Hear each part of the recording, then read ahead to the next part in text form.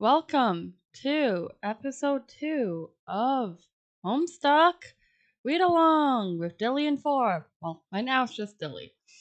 Just giving a quick little introduction, just when it's me.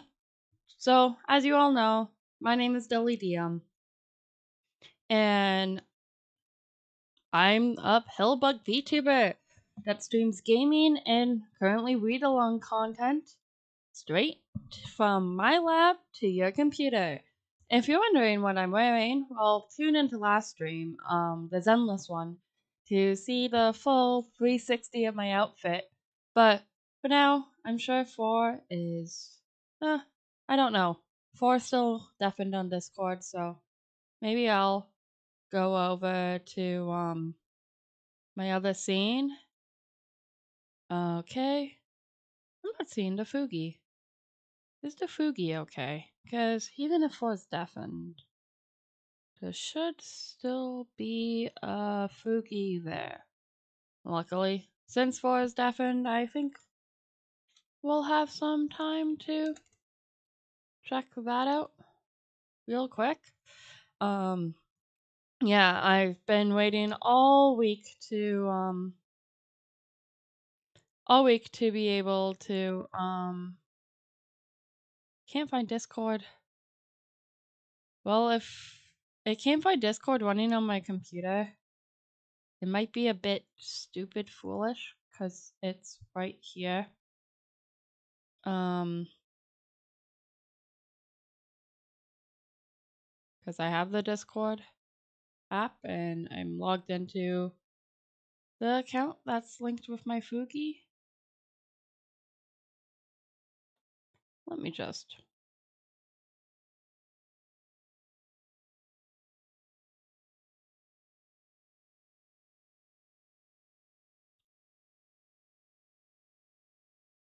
bring that up again.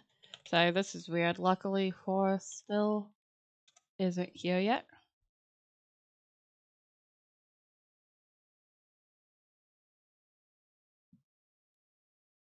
Is 4 here? No.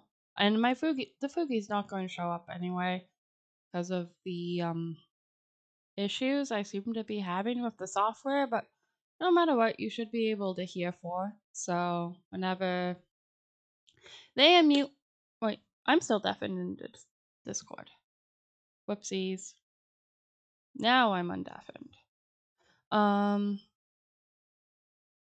But even without the Fugi, you guys know who I am, and you guys know who 4 is. So that should work out just fine. And we can always, during one of the mandatory bathroom breaks, make sure that, like, we can always double check the Fugis ourselves, see if we can fix them up.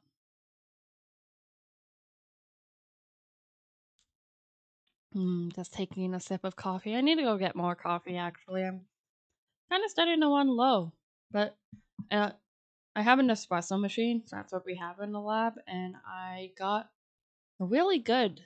It's one of like the international ones, and I really like it. Hello. Hello. I can hear you. Excellent. I can hear you. I might be a bit quiet compared to you, so I'm just going to quiet you down. And also, my Fugi isn't working. It's lighting up for me. Oh, you But mean your... like my side, it's the Fugi website is saying can't find Discord running on your computer, but evidently I have Discord running on my computer. And since it's grabbing my Fugi information for your stream, I think it knows Discord's running on my computer on your side, but not on my side. Yes, that's a bit odd. I did just send a message that you should maybe check.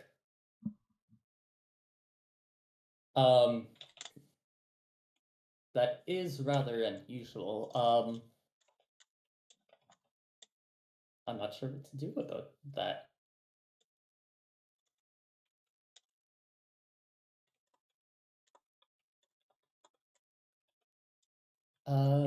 Let's see. Either way, I was just telling my viewers that they know who you are and they know who I am. So we can always check out the Fugi problem during one of the breaks after the stream. And Yes. it's not the end of the world, as we say in French. Ce n'est pas la mer à boire. No, that's not what that means. That means like it's not hard and difficult, but it's not the end of the world. We'll get Four's Kinky Fugi working on my side of the stream. What? Don't laugh. It is kinky. It is kinky. I don't actually have the Fugi website loaded on my end. I just have like Discord OBS source for it. Like I see you have that added and everything. Yep, I have I have the thing that's labeled Fugi, which I presume Dilly from a week ago set up. Probably, yes. Yes, that's odd that it's not detecting. Maybe try restarting Discord real quick. I think we have a few minutes to spend. Okay. I'll be right back. Four's You can always side. you can control R it. That should hopefully just do a quick restart. Okay, good. I'll be right back. Four side from Earthbound. Oh, the Fugi's loading. Play it exactly. But I forgot about that. I forgot about that. I forgot about that. I forgot about Machias Regnitz. Machias Regnitz in my Homestuck stream. Now I have like the Fugi loading sign. And but the Fugi website is still telling me to install the Discord app. That's slightly better, but not ideal. Let's just yeah, I guess we could poke at it on a break or something. Yeah, and even then, if you want to see Four and me, just hop over to the Four stream. The what's it called? Channel is in the description of this video, so you'll be able to see them there. Likewise for me and Dilly. Oh, interesting. Fugi's also telling me the same thing about installing the Discord app, but it's also working on the OBS source side. Weird. We should figure out how to get into each other's streams soon, and then we can procrastinate this Fugi issue further. Like with the models? Yeah. Like yes. Like I am in your walls. Yes, that would work.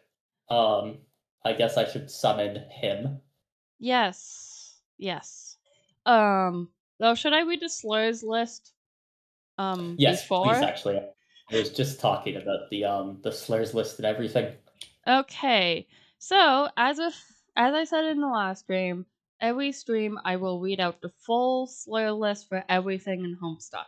Not everything in this list will be in the following chapters, but it all could be. So, not chapters, like, not all of it will be in what we're reading today, but some of it may be. So, remember, if you are uncomfortable with the content of the comic or the stream, feel free to hop out. Both VODs will be going up on both of our channels. You can skip through those parts at a later date.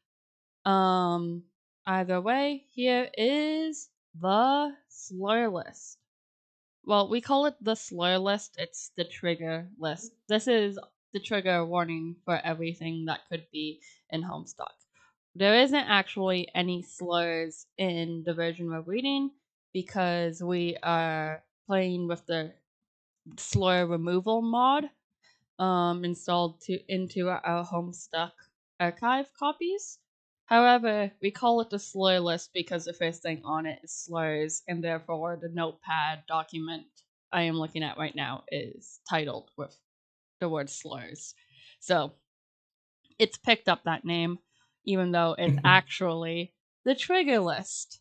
So, slurs, flashing lights, misogyny, sexism, fat phobia, alcohol abuse, drug abuse, major character death, minor character death, parental death, animal death, child death, body horror and injury, torture, eye mutilation, graphic depictions of gruesome deaths, graphic depictions of violence, self-harm, suicide and suicide threats, incest, insects, and spiders.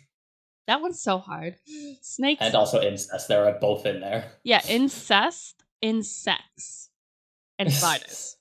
Snakes, clowns, nudity, incidental, can be disabled. I don't know if we have that disabled. Non-con, sexual relationships, unhealthy relationships, verbal abuse, domestic violence, possession, mind control, male pregnancy, bestiality, war crimes, genocide, imperialist empires. So, really, there's nothing in here that you won't find in your average AO3 fanfiction.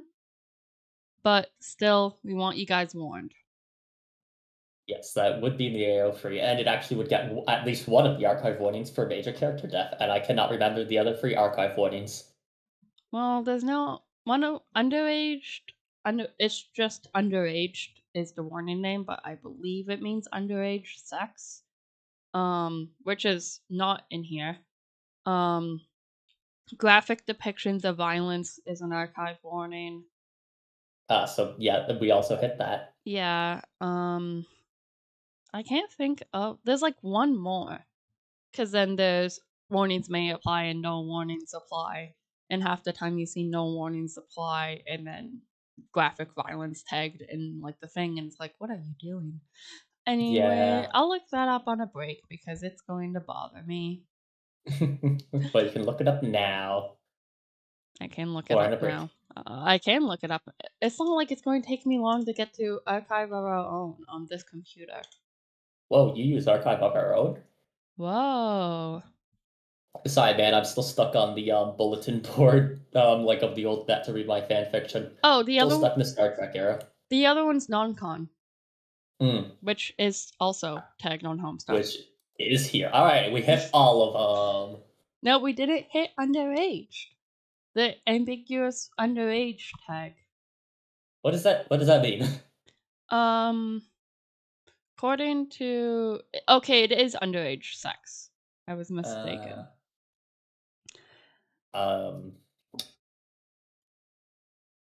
I mean, considering this is a story about teenagers and teenagers going through lives, there might be some of that implied or referenced, but it's not like directly ever shown. So I don't know if this Homestuck would have to be tagged with that or have the archive warning for it enabled. Well, if you can't have non-con without the second half of that tag. That's true. The wonders of Homestuck. Yeah. That was a major derailment off of what we are doing today. Yes, already. We are starting Act 2 today. Yes, so if you missed the last stream, we got through all of Act 1. Previously on Homestuck, we got introduced to a boy named John, and then near the end we met a girl named Rose. And these two have 2 more friends, one Tech Godhead and the other one Garden Gnostic, TT and GG. And we in a media hit John's house, and they are all playing this game called SBURB. Alright, everyone, I just flicked through some random selections of some of the past stuff we've gone through. This should be a good recap of everything. I'm sure that it was a good recap and not just a bunch of random assorted panels. I'm sure. I didn't give a recap. If you want a recap, go to last stream. 4 kids attempt their best to play a multiplayer video game together, but due to scheduling constraints and some people not having a game download or install, it takes them a while. So literally every time you try and get anyone to play a game together. And one of them doesn't even want to play the game. But he will because his friends are. The wonders of FOMO and the bullshit it can get you into. Yeah. It can... God, for someone that didn't even want to play this game, he sure does play the game. He does. Well, everyone has to play the game. That is the aspect of it. I just lost a game. No! We're not doing that. And now everyone in our chats has also lost the game. Audience, you have lost the game. Good luck with that. Have fun with that. Suppose we shall begin. Which means you have a bunch of text to read because Rose wrote a game FAQ. Yes, Rose did write the old game FAQ like interface. I read for a game FAQs for one of the games I occasionally play, and yeah, no, this is just that's the game FAQs, baby. No, but like it's been updated since 2009. Oh yeah, like the UI and everything. I use it when I play Yakuza. Nice. I don't think it's changed by that much, to be fair. Shout out to Cyrix Z and his Yakuza guides. Excellent. Also Trails guides. Shout out to that guy who wrote the this guy that I like. Oh yes, That that's manages to avoid slurs despite being like a 2000s game FAQs guy. no, you're just playing game FAQs with the slur removal mod. Okay, so I will game FAQs, FAQ/walkthrough 413 Tentacle Therapist. SBURB Beta Walkthrough, version 1.0, August 13th, 2009, by Tentacle Therapist. Table of contents, caveats and condolences. Oh. Walkthrough, incomplete. Oh. Oh. Caveats and condolences. I'd be inclined to dispense with the trite even under less pressing circumstances. Needlessly to say, I'll forgo the inscrutable ASCII banner, which typically heralds a striking freefall of these documents. I'll also resist the urge to brandish any copyright marks or the particular neurosis that concerns itself with the theft of the utterly mundane. I'll allow other deranged prospectors to stake claims on the worthless plots as the words burn around them. My introduction will be sparse. There will be no majestic prose blustering into the sails of a galleon as we embark on this voyage together. Nor will there be any ham-fisted prose whipping its limbs under a bedsheet, like a deranged ghost, for that matter. I won't set the stage or dim the lights. The mood, you will see, will be set soon enough. I love how much of a lie that paragraph was, as seen by that paragraph itself. It's Rose Lalone, dude. You don't get normal. You don't just get like normal stuff with Rose No, Lalone. you do not. No, you do not. But don't beat yourself up about it. There was never anything you could have done to prevent it. The end is happening right now as I type, as you read.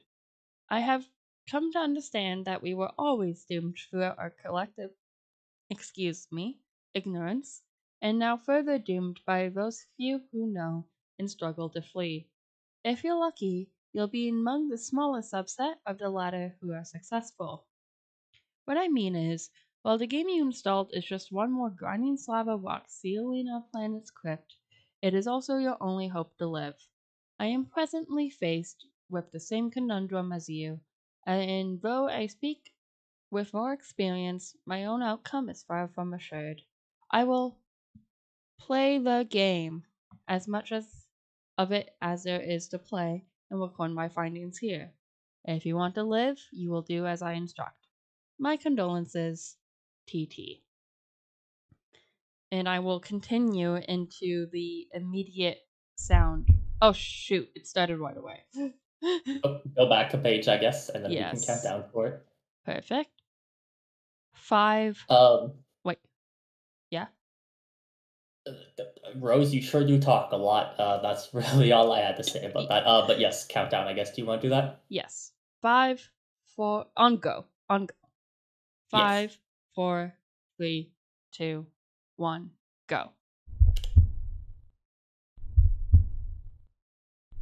I see that Colonel Sprite. So delicious at the ready. Oh yes, I should prepare my so delicious.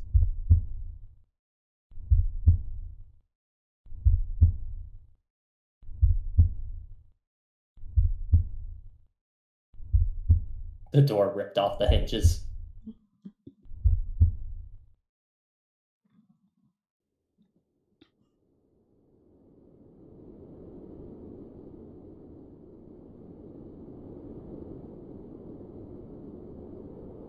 Okay, it appears we are safe. It appears John, however, has been transported to the void. There is nothing else around him. Though, how do we know he has been transported? Oh This guy's god. black man. Um, um, the You, good you, good luck. you good? What happened? I clicked the next page and it's immediate Colonel. Thank you for the heads up. I will so delicious my entire panel, move You the page, you and then adjust. you kind of need to. Yeah. Oh, it's a flash that itself is Colonelicious. Did you just say Colonelicious. Colonelicious? Yes. Okay, so for those who missed it, because I had it covered, the Colonel sprite basically flashed for a while, split into a white half and a black half, and then one half flew down and one half flew up. Colonelicious definition make the boys go loco. Too early. Not already. I had to. It was right there. You did have to. This is John narration, so it's me, right? I guess. The Colonel divides. The two halves go their separate ways, leaving behind the sprite portion.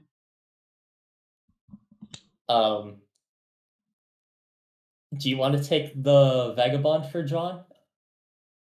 I guess that would make the most sense if we're like each other's vagabonds. Yes, because I believe that is the vagabond right there. Oh god, I don't have a voice for her, right? This one's her. No, I think this is the. I think this one's the guy. I think. This one's a guy? Yeah, it's like the one with the tab. Yeah, this is the tab one, but I don't remember the gender of the tab one. I'm pretty sure it's guy. I think like it's the mayor. I think like that's Oh guy. yeah, this is Mayor. This is Mayor. Okay. Boy!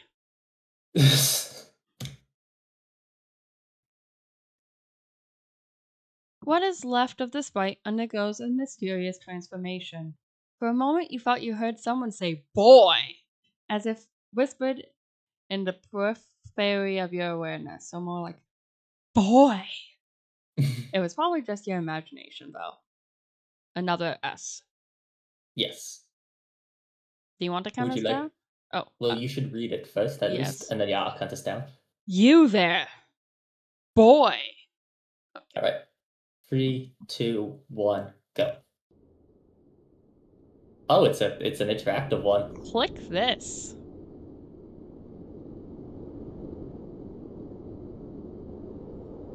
All right, we walk around and we can click on things and get menus.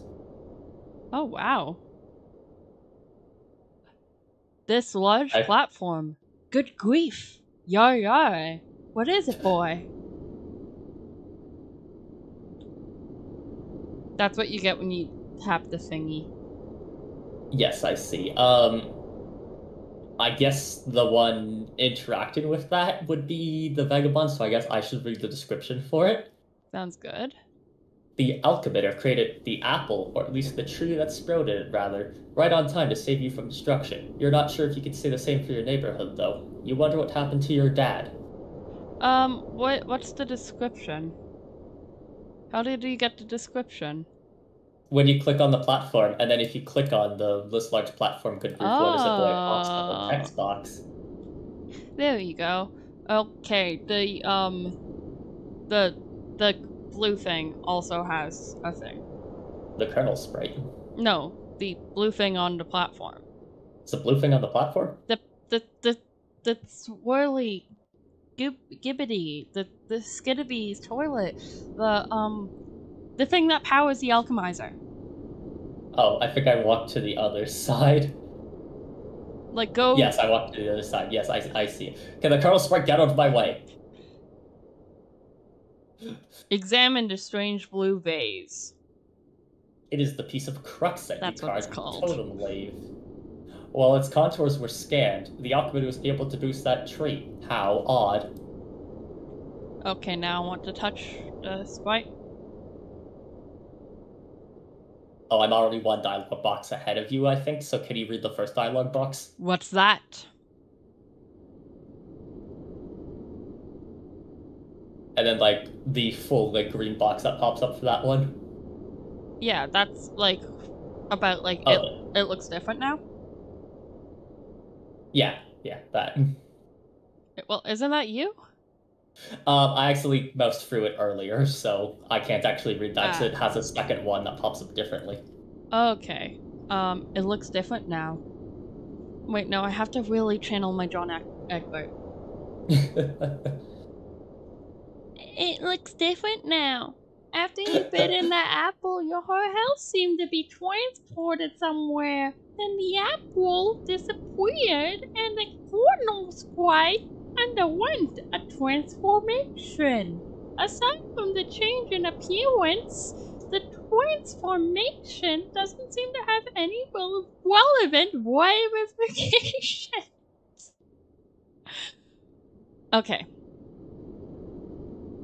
The ghost clown. Do something with it. Now are we on the same one? Hold on, let me just refresh the flash because I actually moused a few ahead of that. Give me a sec. But you don't want to hear more of my The John ghost clown. voice? The ghost clown is called the Colonel Sprite, or rather, just the sprite now, I suppose. You can't do something with it at the moment. The only thing you could theoretically do with it is Tier 2 prototype it, assuming that's still possible. I have to remember my John voice because I was more Alan. Alan Smiling Friends, is that you? Tia prototype the sprite or the thing you said. Do it. You are not the one who is supposed to prototype it. The SBURB server user is supposed to do that. What's that? It looks different now. looped. After you bit that apple, your whole house seemed to be transported somewhere. Then the apple disappeared and the kernel... Oh yeah, okay. It looped. Oh, excellent. Alright. So I guess, is there anything else interactive out here? Looks like John himself. Oh, yes. You there, boy. What? Boy. Listen to me, boy. His name is John, you nincompoop. Boy, who is John? Do as I say. What would you like Boy Who is John to do? Obey my commands, John boy. And those commands would be? Turning down... My mic sensitivity seems to be so off today. Like, I can't seem to get it to hang out in the right spot. So sorry if I go too loud at any points. It is all good. Oh god. Oh god, that's so long. It's like clipping off the screen. Oh god! But if you walk left, you can see the full thing. Like, it's static. It's static. Oh, I see. I would like the boy to interact with his environment in a constructive manner. Maybe you should be a little more specific. Have the boy assess his current situation. I'm afraid I can't have the boy do that. Tell him to do it yourself. Very well. Okay. Continue. The instruction does not do anything at the moment. Continue. Could you please turn the controls over to a more competent user? Asshole Sakladak. Increasingly sophomoric. You almost spelled salad in there. That reminds me of a friend of mine who will always key smash with the A, S, D, F, G keys. I mean, I guess if you're gonna key smash, you might as well go across the board. No, like, always stops there, and it's mostly F, A, and G. It sounds worrying. Have we just looped? Yes, I believe we are looping that, Okay. but we can peek over the railing. Can we? Ooh. Peek over the railing. Getting close to the railing makes you a little nervous. It's a long way down. Boy. Wait. Okay. Yeah, okay. Sorry, like, John was, like, behind the railing. and I clicked on John, and I thought it. Okay, and we can interact with the door. Yes. Door. Boy, open this door and walk through it. Inside. Oh god, there's probably so much to interact in here. Move, Colonel. Let's start with the handsome looking not Michael Cera guy.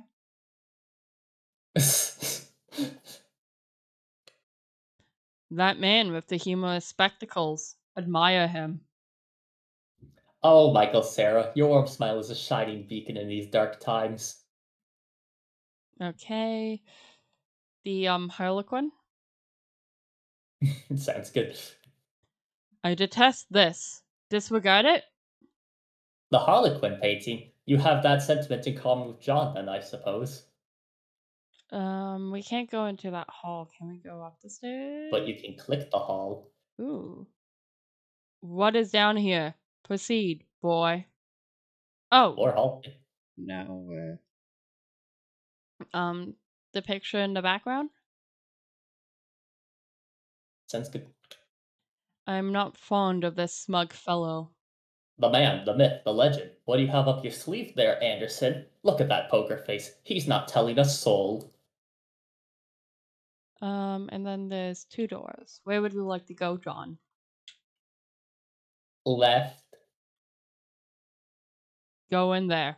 Now. Bathroom. So bathtub, toilet, window. Okay. Which to start with? You're the one giving the commands. Okay, window. Peer through that window.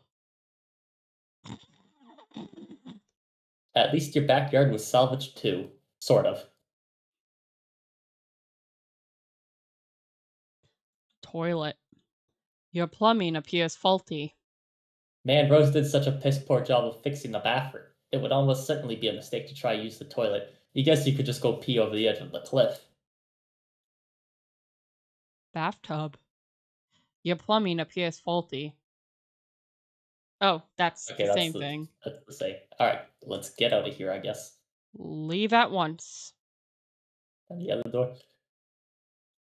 Yeah, the other door. Open this. Your dad's room is still locked. Open this. Your dad's room is still locked. Okay, back up the hallway. Looks like it. No, go back. Um, Let's see, we can go into what I presume is John's room or back outside. can we go downstairs? Yes, we yes, can. we can. That's probably more important. John's room, though? If you desire. This is a long one. Boy, go in here. Oh god.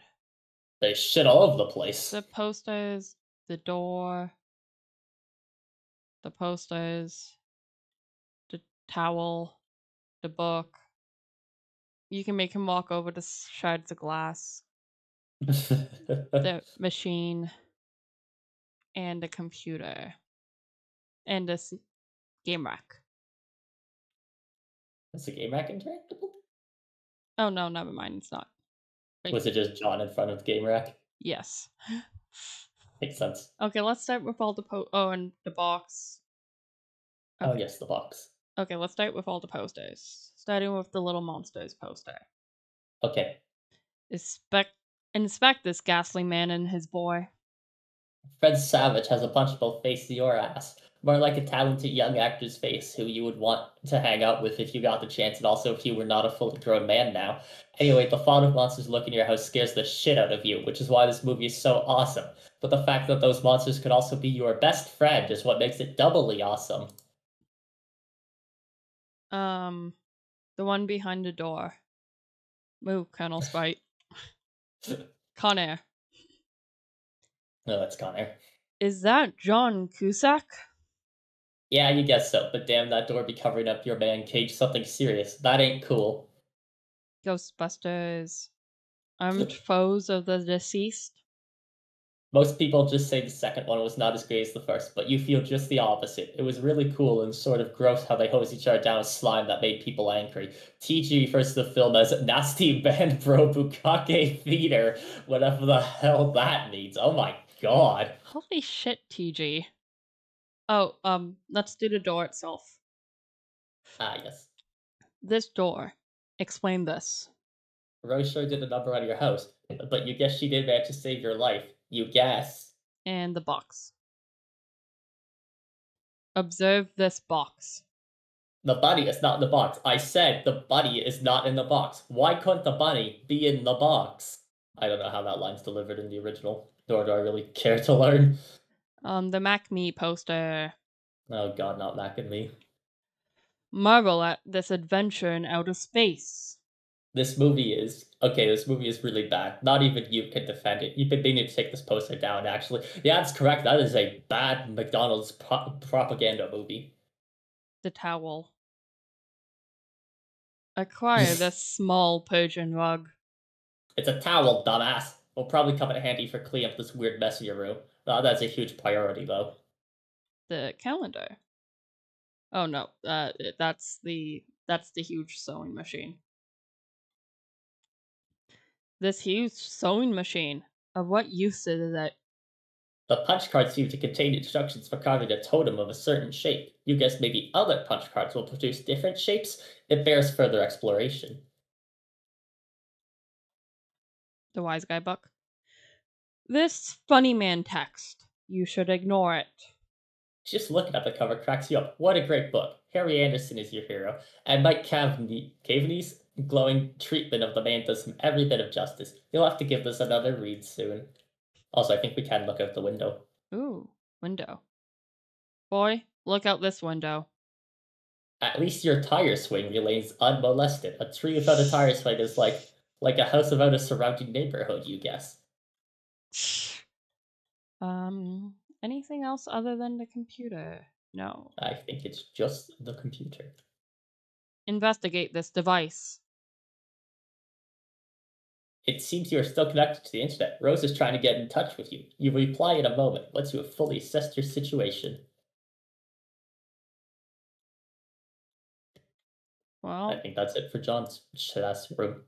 well, let's leave it then. Go out of the door that is not here. Down the stairs, I suppose. Yep. That weird fuck ass poster. The Yu-Gi-Oh style Harlequin. I guess. The one that's no, no, no, no, keep moving. Believe me, you have no judgment turn your head to observe this dreadful thing. Lamp. Why does this small man stand here? This Harlequin is always ready to serve you with illumination, whether you're reading a book or just enjoying a nice pipe. Okay, Dad. The Python on couch. oh yes. A small dessert tray? Useless. In retrospect, it was pretty funny when your dad pied you like that. Got shit again by the old man. The other Harlequin poster? Yep. Vile. Pay no mind to this filth. What is he even doing there? Playing with a ball or something? Clowns are stupid. Fireplace? Da, da, da, da. Yep. Stow lump of soot for future use, boy. This stuff is really dirty, you don't want it. Besides, you have a good authority have it on good authority that a significant portion of it is comprised of asbestos. Why? Right, because of Game Pro. Because of the Game Pro, which is printed at 90% of asbestos for big ups to Mother Earth, yo. Oh my god, yes. Ashes?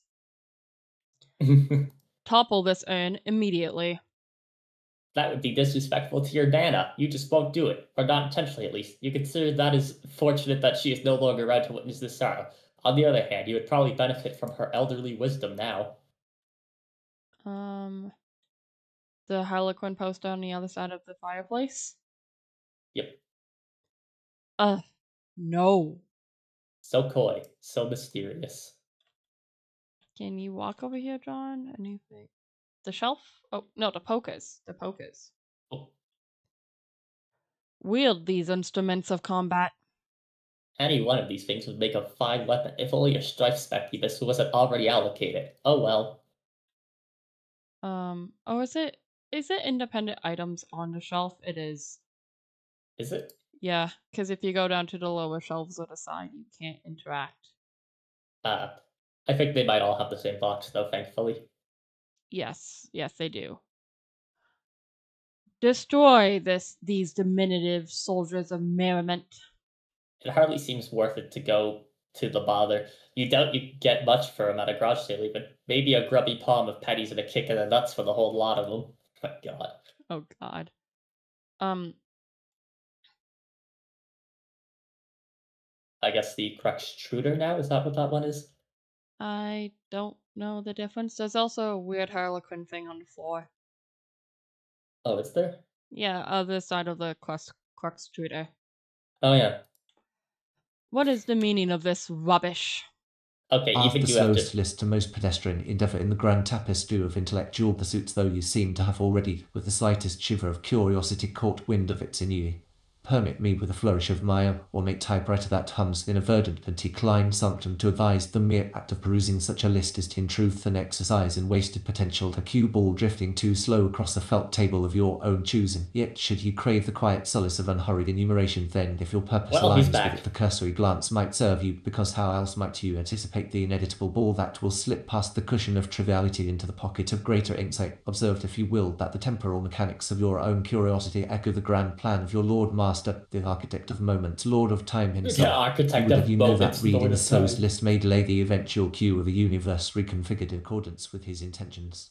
But worry not, my silver fingers on the keys will nudge the cosmos in subtle ways, ensuring that the very act of your Silver. reading What? is, as far Silver? as you can see, an inexorable cue into something far more consequential. I, with my centuries of manipulation, find delight in aligning a stray billiard ball with a grander purpose. Should you, in your indecision, choose instead to let that list sit dormant as snooker green, unplayed, then I must, in a spirit of jest, cry rigged. For every list not Great. read is, in fact, a silent cue ball lying in wait, poised to strike the next great narrative that your master has in store. Remember, the most profound revelations are often those that lie beyond the slowest, most deliberate, and utterly ordinary lists. Thus, dear interlocutor, whether or not you read the slowest list is moot. The true question is what you will do with the knowledge you acquire. Will your next shot be a gentle bank shot of introspection, or a sharp break that fractures the very fabric of your timeline?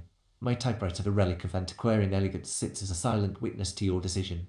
Read it or do not, anyway you will be shuffling the balls of fate in some form. I do not want to be shuffling the balls of fate. That does not sound like a good time. Please do not have me shuffling the balls of fate. That sounds like If the worst thing. I don't know if anyone's in my chat right now. Oh, wait, someone is. You probably noticed I was fiddling with the Undergrad's volume. I was doing that locally on Discord, so I wouldn't impact Four's volume in any way because they're both being picked up by the audio capture I have set to Discord. So I hope the Undergrad with his new voice is at a good volume right now. But if it bears adjustment, just let me know. Oh, I'm not actually sure if it captured the audio of that for me. I'll have to check that next time it starts speaking. But yes, that is Undergrad Scratch with his new voice, assuming it came through for me, which I'm pretty sure it did. I hope everyone enjoys the new voice of Undergrad Scratch and that it's more comprehensible this time. He sounds kind of handsome. Is that you or is that someone in your audience? No, that was something I just said. Why? Because I figured it was a pretty objectively funny thing to say. I suppose it was. Okay, even you have to admit, this one's pretty funny. John, I think the apple didn't fall far from the tree. I don't think so. Okay, which one are we interacting with, the lid or the thing itself first? Either one. Just read whichever prompt you want. Use this to reseal that opening there. If only putting the lid back on the cookstream would undo all that's done. Alas, Pandora's tube has been opened. That's a really good one. That's a good one. Move this absurd edifice and exit your house, boy. Thing weighs a ton. You'd honestly be surprised the game cursor could lift it, or at least without a significant expense of grist. Of all the places for Rose to drop the infernal thing, more than ever you feel, what's the word you're looking for? Of course, house trapped. I fucking hate this webcomic. Stream That's cancelled. what common. Kitchen or study? Dad's in the kitchen, right? Believe so. So should we go to the study first? That sounds good to me. Here, boy. In here. Study. Cards, painting, piano, everything. What's that? Consume nut. Consume nut. You would, but you're not sure if this dark realm has any hospitals. Strong allergic to peanuts? I guess so. No wonder his dad Cool. keeps them in his office. Yeah. This is a mess, boy. You're so glad your dad wasn't watching when you did this. He would never have let you hear the end of it. Inspect this merry band of performers.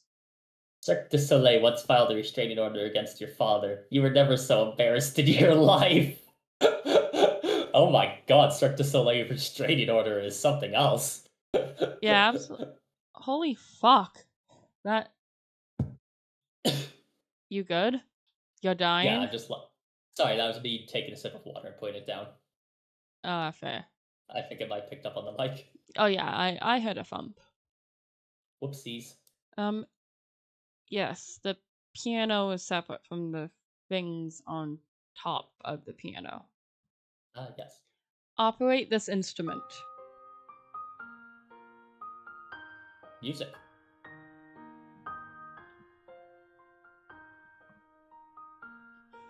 You play your favorite haunting refrain. Oh, it continues playing even after you back out of the menu. How the fuck is he doing this? Don't worry about it. He doesn't even have arms. Is this tobacco burning apparatus? Yeah, you still have pipe taste in your mouth. Throw this ugly thing out the window. You will not do that intentionally. You will resort to throwing stuff out the window via Silodex mismanagement. Okay, haunting piano refrain's getting loud. I noticed that too. Oh, quiet it down a bit. Okay.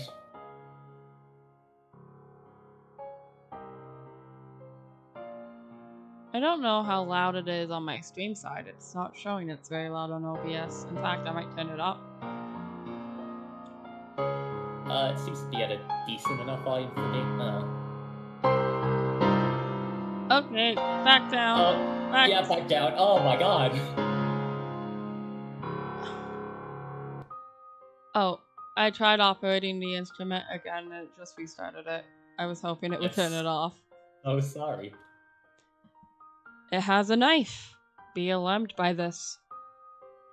Rip Ledger. Oh, is that... I guess that's Keith Ledger. Did he die? Yes. He's been dead for, well, since before 2009. Ah. That makes sense, but I also have no idea who Keith Ledger is other than the Joker. Heath Ledger, not Keith Ledger. Oh. This Well, man... I have no idea who that is. I only know him as the Joker, too. Fair. This man is an imbecile. Ignore him. He's alright. Looks like he doesn't take himself too seriously and knows how to have a good time. You can only assume your dad hung it crooked to make it look more whimsical.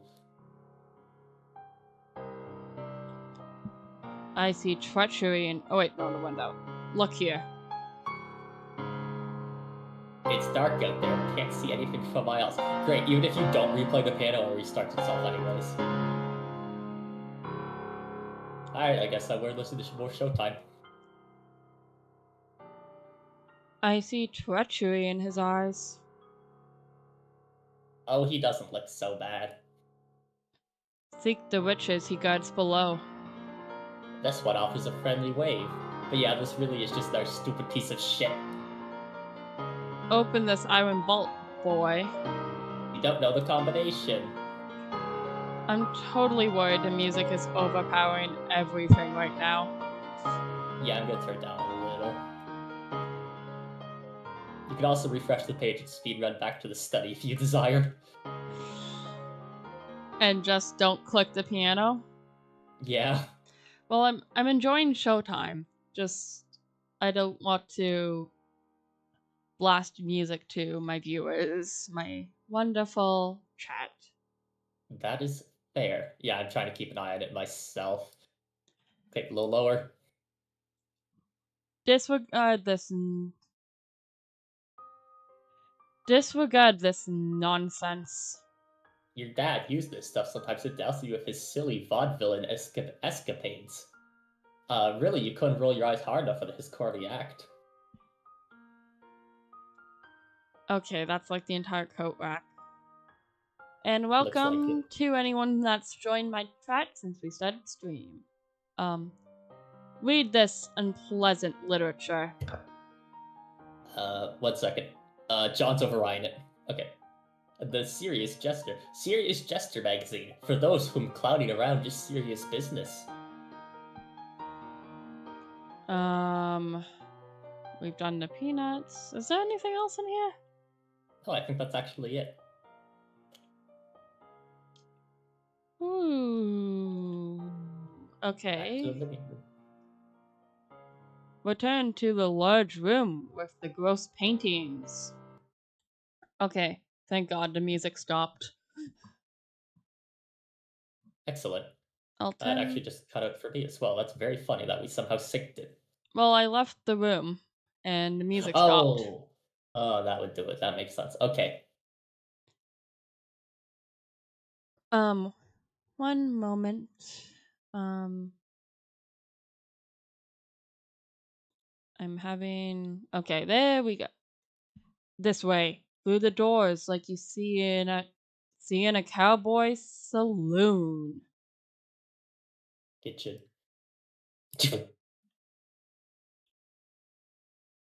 That's not in here. No. Okay, we will start with the plant. Okay. Sniff vegetable. Doesn't smell like anything. Sniff vegetable. Doesn't smell like anything. Sniff vegetable. Doesn't smell like anything. Great vegetables. Doesn't do anything. Certainly doesn't father his child, unlike Does my not raise dad. his kid. This book is too big for a young, stupid boy. Colonel Sassacres is your favorite book, almost as favorite as Wise Guy. They are both your favoritists of all time. Killing this infant. Oh. Sample powdered uncooked dessert. Back, ye visible wedge. Stay thy choking airborne particulates of temptation.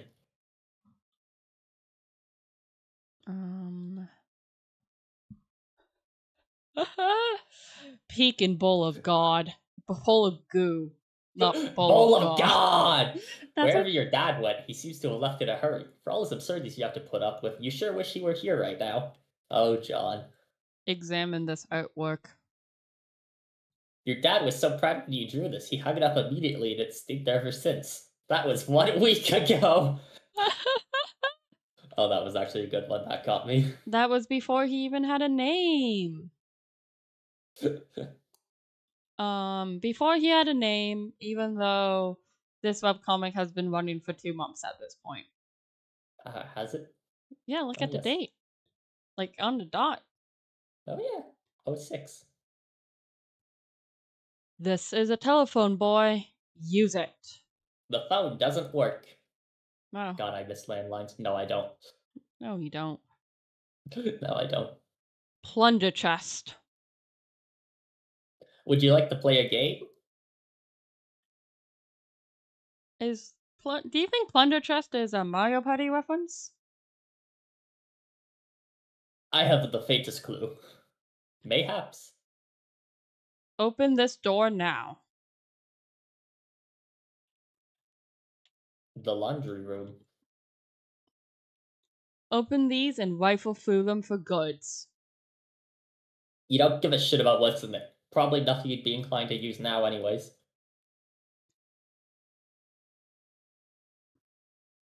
This is no time for laundry. You're right. Thank you for being sensible about it. Exit, boy. And now we God, how have... much is in this? Oh god, there's a lot outside. Oh.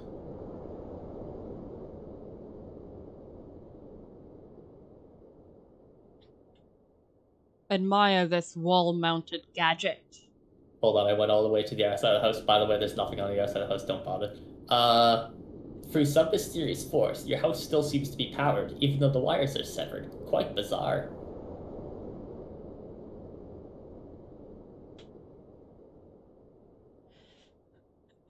Fiddle with the bite speckly things. That sounds incredibly dangerous. John sensibly disregards your awful advice.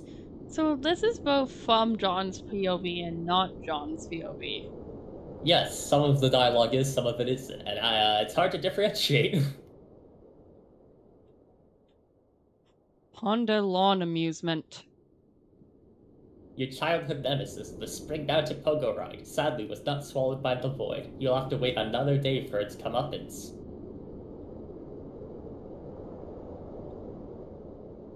Boy, engage this mangled trapeze display. Looks like your swing set is toast. You relive fond memories in a moment of sorrow. Me too, John. Me too, man.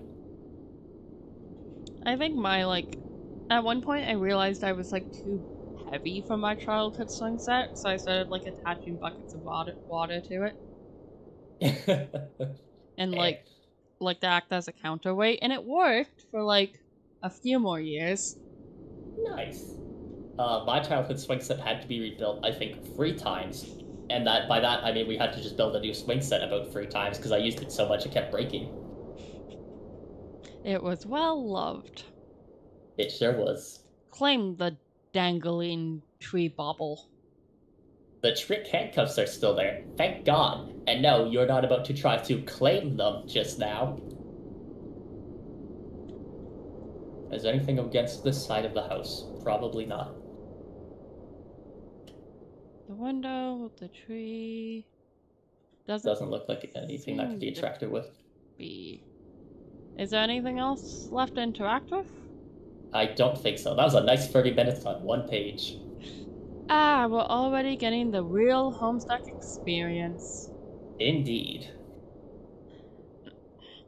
Boy, quit all this scurrying around. For the last time, the boy's name is John. Fine. John, return to your quarters.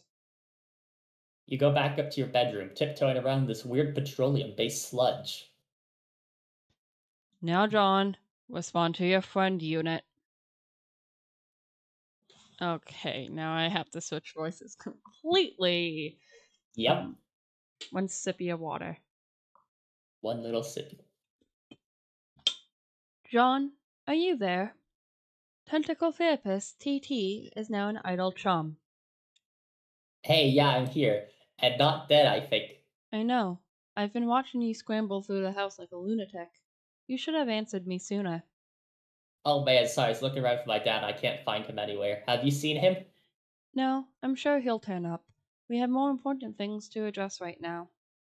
Yeah, like where am I? I don't know that either, but I've determined your neighborhood was destroyed by the meteor. Wherever you were transported, it saved you from the impact. I've been reading reports in the news. Over the last few days, there have been many smaller meteor collisions of people's homes around the world. And they seem to be getting bigger. Yours was the biggest they've identified so far. Wow, okay. So I guess if all of this is the game's doing, the point is for us to save the world? Perhaps. I'm So we sorry. better get... I kicked the fan again, and it hit my shins again. Again? That's back now. We gotta secure that thing to the wall. But then we can't, because then it wouldn't have anywhere to push the back air. I guess that's true. Then we better get moving and figure this game out. Yes, but wait. We should retrieve your PDA, yet again. It will help keep tabs It will help to keep tabs on each other while you investigate. I think I can get you closer to it if I can replenish our grist supply somewhat. There may be a way to recycle some that we already used. Okay. I'll meet you out on the balcony. Wait, Rose, one thing. What? You never even wished me a happy birthday. Hello? I was working on something to send you, but I was running late with it. I didn't want you to think I believed meager well wishes alone would suffice for the occasion. That's sad. Happy birthday, John. Haha, oh jeez, that is silly. Anyways, thanks. First, take the fabric item on the floor there, boy. The towel? Why? Oh well, you're the boss. You capsuled the towel. What now? John, why are you listening to this guy that doesn't even have a name? He's in my head. I can't get the voice going if I don't say boy, so. Do as the purple text says, boy. To the balcony. John makes his way to the balcony per your awkwardly worded request. Wait, take that. The blue wobbly thing. You whimsically decide to capsulate the totem which was used to create the apple tree earlier. John, recycle the grist as was dictated by your cohort. John cannot do anything with the with the grist as of this moment. That is up to the suburb player. I see. Continue? Yes, that will suffice. Rose deletes the perfectly generic objects. 6 units of build grist are restored to your grist cache. Oh, was that just. I clicked the button, but I didn't read it. Oh, continue. Yes. Rose expends the grist to drag a new plank from the balcony in the direction of the PDA. John, run across precarious platform swiftly. John isn't sure about that. It's a long way down. Boy, I said make haste on the narrow catwalk. John is very nervous about the idea, and the strident tone of your commands is starting to upset him a little. He's so cute. Why is he so He's cute? He's silly. Fine. Proceed as your level of comfort dictates. You cautiously walk within range of the PDA. Rose retrieves it. Now take it. You grab the PDA, launching one of the harlequin figures into the night. You can kiss that one goodbye. Continue. Just one continue command will suffice, thanks. It looks like you're not the only one trying to locate your father after the disaster.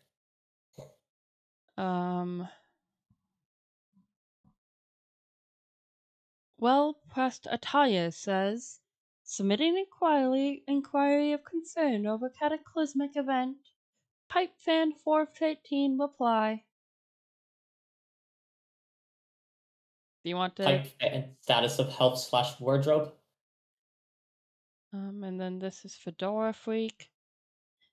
Neighboring houses struck by flaming projectiles and light a fire hazard. Evacuating house of all expensive garments. Good luck, Fedora Freak. Salvage as many hats as is practical. Fedora Freak, you are in our thoughts, along with Pipe Fan 413 in his inevitable collection of pipes. Thank you all. Report. Most hats removed from danger. Ties next. These boring men are uninteresting.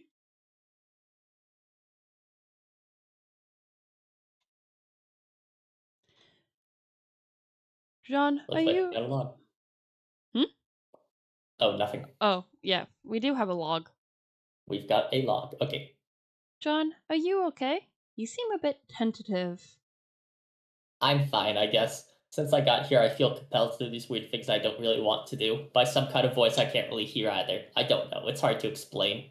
Perhaps the early symptoms of an anxiety disorder, like post-traumatic stress? Stress? Bleh. Yeah, maybe. Who knows?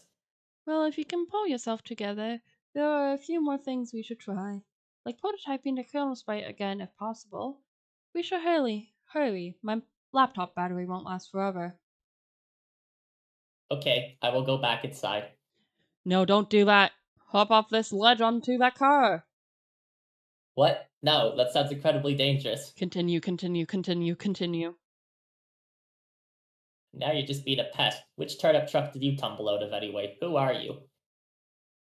And you'd be the narrator for... Yes, I suppose I would be. Years in the future, but not many.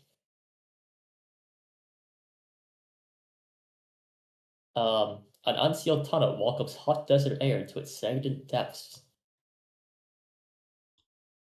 What? What is that link? An unsealed tunnel. Why is this a link? I don't know. It's slightly outside the scope of the usual webcomic. Boy. You there. Boy! I love the big ass continue button. Where's the big ass continue button? On the keyboard. Oh. Oh, so that's what he was spamming. Yes. Continue. And we're back to the game facts guide. Great. Awesome. So much reading. Jesus Christ, Rose. 1 second. Big sippy this time. Okay. A000. An examination of the basics. Upon connecting with the client user, you, the server user, will be met with a control panel allowing you to manipulate your co-player's environment. You will find that you are allowed to deploy 4 items at no expense. 3 of these are rather large machines, and 1 is a punch card. It is quite possible that you already have deployed some of these items before reading this. In that case, you have already activated a machine called the Crux-Truder such that it displays a countdown. You must proceed to section A100 of this walkthrough immediately. The life of your client user depends on it, and if your co-player has activated this device in your environment too, then yours does as well. But if not, please refrain from doing anything with the Crux-Truder, aside from merely deploying it. That will buy us some time to think things through properly, and to go over the basics of the game before you find out your soft, easily punctured head in the jaws of a lion. As mentioned, there are 4 items to consider, each playing a role in the process which appears to have a singular purpose: to manufacture objects out of thin air. The designers of the game, judging by the language used, regard this process as a sort of alchemy. This may allude to the complexities in the production process yet to present themselves, but for now, the variety of objects that you are able to create remains quite limited. Yes, alchemy, making stuff out of thin air. Yes, that is definitely alchemy. If only there was a show about this I could watch. Oh man, if only that'd be great. And actually 2 shows based off the same source material. Anyways. That would be delightful, but just not an option, I'm afraid. The items in questions are the Crux-Truder, again thread lightly with this one, the Totem Leaf, the Alchemiter, and the free punch card. I will describe how these devices work in conjunction with each other, and I will use the analogy of having a key made out of hardwood sword to help you understand. First, deploy all of these objects in convenient proximity to each other. Be sure not to block doors or pathways with them.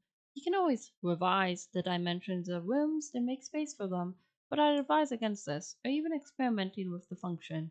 Doing so comes at the expense of build grist, a commodity which appears to be a premium at the onset, and one you'd best be advised to save for later. I love how this is written based off of her own mistakes. Yeah. Do not make the same mistakes we have. But hey, John still lived. Removing the lid signals the moment your life becomes a great whirling batshit pandemonium, somewhat resembling the chaos of an especially ethnic wedding. Rose, what the fuck? Oh my god. What the Rose, you can't fuck? say that. Ah, Rose, you can't say that. I don't know if random normalized racism should go on the trigger list or not. It's probably worth putting in there. Like that exact phrasing of random normalized racism. Maybe period appropriate normalized racism or something. The great period of 2009. Yeah, pretty much. Obama was just elected last year. But like late Obama was last elected. year. We're still being racist. God, guys. Ah, Obama. Obama. Barack Obama. Barack Obama. I'm so sorry you have to read all of this. I'm not gonna lie. I pulled up I pulled up Super Mario 63 in the collection. Damn, this game FAQ boring as hell. Fuck off. Fuck off. Okay, I'll stop procrastinating. Where were we? Okay. Ethnic wedding. Yes. Somewhere, a soused uncle deliberately shatters china on the floor. Funny livestock is decorated, and then lost track of. The question of whose meal is this at times can be heard over the din. This is now your reality. But aside from that, it marks the beginning of a process I am about to describe. The countdown begins, yes. Also, an entity called the Colonel Sprite is released. But neither of these things are all that relevant to this process, to my knowledge. More on these things later. What is relevant is the unlidded Croc Steward's ability to dispense Crocsite dowels. It will dispense at least one, but I suspect it's capable of producing more, given parameters I am not yet familiar with. In my key-making analogy, these dowels represent the uncarved pieces of metal which the hardware store employees retrieves from a drawer or a rack and sets about carving into a key. The two following items are needed to do the carving. The pre-punch card. God, Rose, this is such an obtuse metaphor. But it makes sense.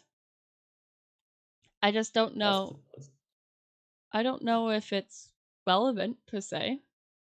I don't think so. Like, I don't know if it's like necessary, but it is certainly a metaphor. It is a simple Silodeck card containing an item. This evidence to suggest the specific item it contains is variable from session to session. The card I deployed contained a blue apple. Yours may be different. It shouldn't matter, hopefully. Additionally, the card, as you may guess, is punched, like the ones used with antique computer systems. The pattern of holes compromises data, which I believe corresponds to the instructions for creating the item the card contains. That it is pre-punched suggests there is a way to punch an unpunched card, possibly imprinting it with data for the item it contains, though no mechanism for this has presented itself yet. But the data on a card cannot be used to create the item directly. There is a middleman. That middleman is the totem leaf. The totem leaf. This is essentially the key carving machine. It will carve your Crocsite towel into a pattern of grooves and contours, the sort of which makes a key unique. The instructions for this pattern are supplied by the punch card, which is inserted into the lathe pre-activation to configure its chisels. Once the dowel is carved, you will have a totem serving as your key, which then can be used to unlock the card through the alchemitter. But at this point, I will not diverge from my key-making analogy and switch to a barcode. I will diverge from my key-making analogy and switch to a barcode analogy, which is not a terrible, strenuous leap to make, since the concepts of a key and a barcode are essentially the same, one being a unique pattern of grooves, the other varying black lines. The alchemitter. If you place a Crocsite dowel, carved or uncarved, on the alchemitter's small pedestal, its robotic arm will scan the contours with a laser, hence the barcode analogy. This is the machine's way of reading the data originally imprinted on the card and transforming that data into a physical object. Though typically this is not done without expense, I believe, an uncarved dowel will result in the creation of a perfectly generic object, which is seemingly a useless green cube. It costs 2 units of build grist to make, and I do not advise you waste your resources on it. There appears to be many other varieties of grist ostensibly used in combinations to create different sorts of items, which is possibly which possibly offers some insight to the game's use of the term alchemy.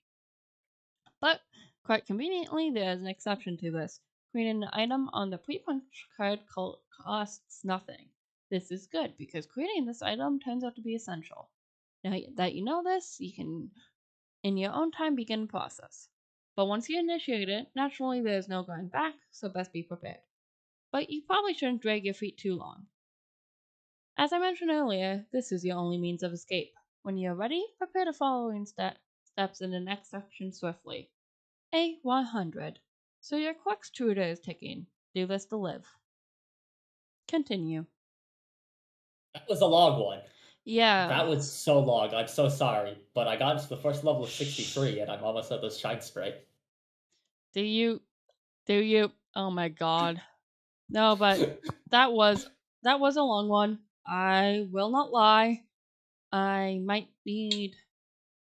Oh god. And now it's more Rose stuff. Oh. Oh, indeed it is. But that means I'm the narrator. Yes. In the distance, meteorites fall with greater frequency. The fire in the forest burns so hot, not even the rain is putting it out. I shall check. Behold the minuscule sentinel, the diminutive denizen of the table, who, though small, possesses the gravitas of a cube bulb on a perfectly laid down green. The very fact that he stands there unmoving is a testament to the deliberate choreography of fate. Your humble lord of time He heard us talk orchestrating about the slows harlequin on the pulls that table. will, in due course, send a cascade of events into motion. As for the Harley you mentioned, that fellow perhaps the You rebellious weren't kidding cube, or that metaphorical petaquaver of his mischief that processing passed through time some went way unforeseen up. slip, chosen to abandon the deck. It is not mere abandonment, Yes. but a master stroke, a perfectly timed break that sends all subsequent Time shots for the into a new master configuration, stroke. thereby ensuring the cosmos remains ever in Yeah, I'm flux. sure he'd know a lot Indeed, about that, one must huh? understand the subtleties of the beards of existence. Oh, The small I'm man, sure the Harley, our the hues of lovely destiny all undergrad interlock is like the very facets of a smart crystal. and The question, why wise. does this small man stand here, is in He's an actuality, undergrad. why does fate present you with a silent cue ball ready to be struck? It is as though your master is whispering that your action or inaction has the potential to ripple across time, nudging clocks to tick or stop us to release. The Harley's critting is but to misfire an intentional swerve, ensuring that the next ball of chance will not He simply always roll straight, but will calls arc in a pattern fitting the the grand Lord of design. In my Time own green our silent master curie, surrounded too. by I antique don't scrolls remember and agreeing to typewriters that sing this. the song of I ages, did I not would sign advise this you to contract, approach the fuck off. situation with the same patience as a seasoned snooker veteran. Consider your cue, gauge the spin, and let the small man be the silent cue that will carry the ball through the pockets of opportunity. Only then will the universe in its infinite elegance align itself to your master's whims and your own aspirations. As always, I whisper a little vowel refrain. When perplexed, heed and watch as time itself flickers and bends to the rhythm of my typewriter's keys. I'm glad that the small man is an integral part of playing pool now. You need a small man to carry stuff around for you. You need gnomes to carry your cue ball. Yeah, you've never heard of like the whole like pool mythology thing about like the pool gnomes? What? No. Like that's an actual thing. Like these gnomes that like, you know how like when you play pool publicly, like all the balls go down into like the one spot. Yeah. When those first started up, people would call them the pool gnomes, like that reset the game. You're lying to me. You're lying to me on neopets.com. Yes, I am 100% lying to you. On neopets.com? On I can't believe you do this. neopets.com. I can't believe you did this. Also, I covered up the screen with So Delicious halfway through that because someone in my chat pointed out the rain. I don't know if like the rain was hurting their eyes or something, but I figured, yeah, that is very quick moving frame by frame transitions. That's true. I've scrolled to the bottom where it's just rose and let me highlight that so it turns blue, so it's a lot more muted on the flashing now. But I've had it mostly focused on rose, which doesn't seem too bad. My entire screen is So Delicious. That is fair. Okay, yeah, that's not the worst. I'll put my So Delicious back over top of my head where it belongs.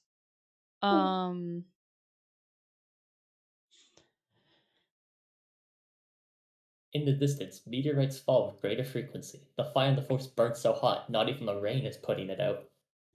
I shall check the status of the battery. Haha, John in kitchen. Haha, generator. Your laptop battery's alright for now, but it won't be for long. If the power of your house doesn't come back on, you can think of one last resort, the small backup generator stored behind the mausoleum.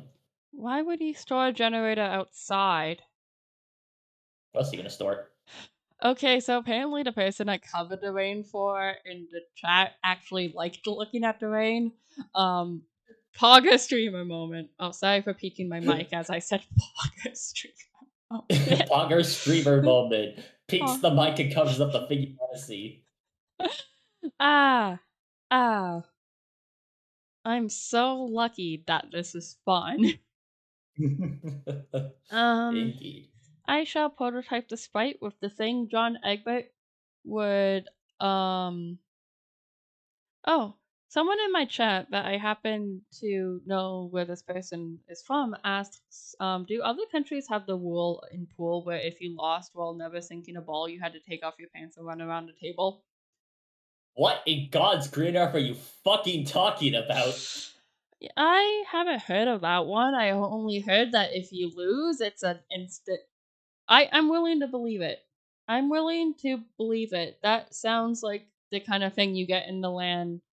Well, Jesse, what the fuck are you talking about? it's not called the land down underwear for no reason, right? I think you should receive a 2-week suspension for that one. A 2-week suspension from what? YouTube.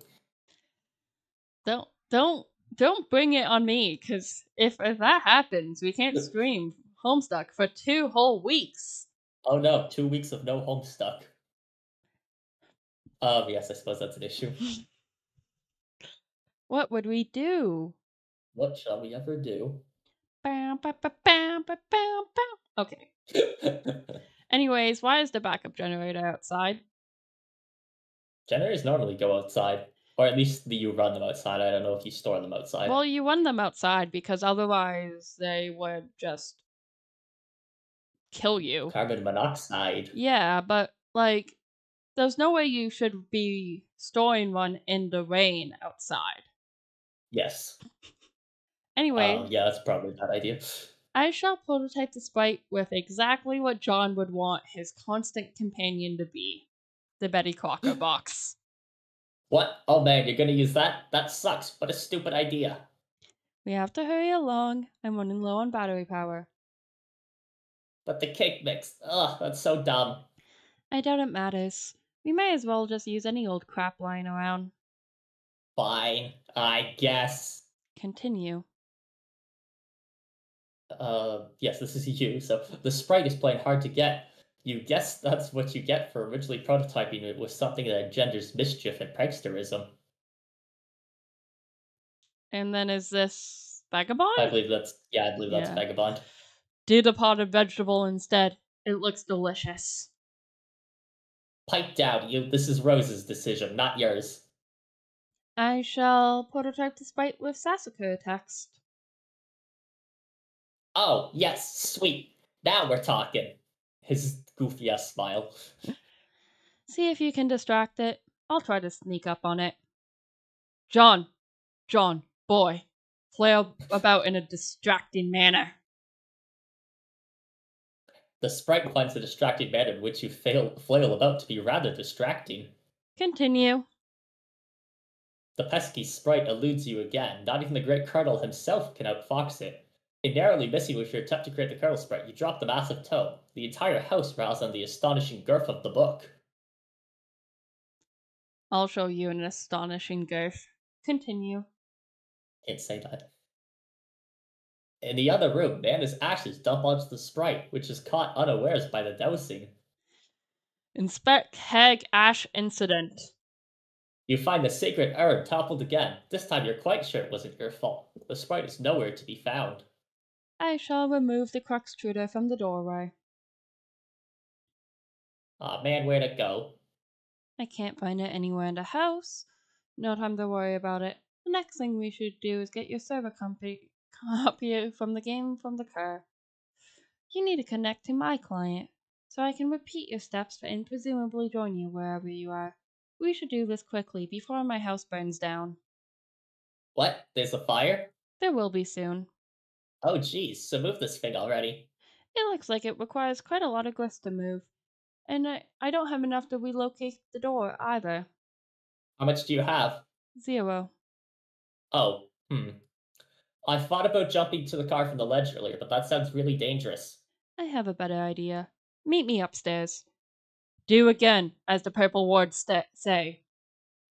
You were about to head upstairs, but you thought you heard something behind you. It was faint, but you could swear it was a small, light-hearted chuckle along the lines of a spirited hoo hoo hoo. Whose continue is this? Continue. Ignore this woman's antics. You're not sure you even saw a woman, let alone any of her hypothetical antics, but whatever it was you might have caught a glimpse of, it sure gave you the willies. You head upstairs on your way to the balcony. Your PDA is acting up again. Indulge the device, but be curt with it. Boy. Oh, this is me. Oh, wait, I need to equip my glasses. Yes. Glasses equipped. I don't have the picture of you in the glasses anymore, so if you want to see what 4 is wearing, hop over to 4's stream. Hey, bro, check it out. I'm working on some new rhymes. Dude, I don't have time for your dirty raps. Come on, this is hells of ill. Just listen. It sounds like you don't even believe that I was just about to get blown up, but I really was. But now I'm in some weird dimension that SBURB sent me to or something. And now on top of that, I think I'm being haunted by my dead grandma. Huh, for real? Yeah, it's true, but I'll talk to you later about it. I think I could drop some sick rhymes about all this. Man, see, I just don't think all this rapping stuff is really as cool as you think it is. No, this will be dope. Check it. Now I have to go. Bye. Wait. Armageddon's getting waged on us, but Armageddon armed and dangerous. Sending men in space for saving us. See which player is more courageous. Ben or Bruce. Dudes reach a truce. Puff their blow shoots to up and suck it. Affleck's sacrifice would have gotten to suffice. Ah, fluck it. Bro be a stained glass saint. Up on a cross getting a hella Christ plagiarist. Bruce is like off of that crucifix. Enough of this fucking savior fuss. Restrained his ass per McLean Redux. Will Buscemi remain dangerous? When a plane gone astray plays off a wasted craterus, ashtray catering to layers of white of Matt McConaughey's vague remainder dust. Well, Wait, McConaughey wasn't even in any of those meteor movies, was he? I'll have to make a rap about, no, Morgan Freeman or something. Being the present. It'll be called Obama Made so that no one gives a shit about black presents in movies anymore. So you've got to fill me in on what's going on, so I'll have something to rap about besides all your dumb shit movies. Well, I think we can call the stream here. I felt. Bye, chat. Goodbye. I think that's the whitest I've ever felt. I can't imagine, but I think that means you're doing TG very well. I think so, but oh my god, that line about Obama, Jesus Christ. Well, I used to always think because I don't look up the dates the movies that came out I don't think about the dates, so I kind of used to operate on the assumption that movie the black president trope was only a thing because of Obama. I have no ability to confirm or deny this. I just I went oh, that would make sense. If you were making a movie set in the United States while Obama was president, that you would cast a black actor to play the president. That would make sense. But, I mean, I bet it would be kind of hard to find an actor to play the president nowadays in that case, so maybe that's not true. Anyways, enough strange poetry from the red text. You head out to the balcony to find out what Rose has in mind. She is messaging you again. We're about an hour and a half in, and I do have to pee. Well, I also think now would be a good time for a break.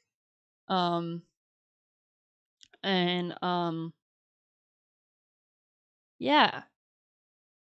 So, break time here? Sounds good to me. Okay, well, chat, you know what to do. Get yourself some water, get yourself a bite to eat, use the bathroom, take care of yourself, and we will be back in a few.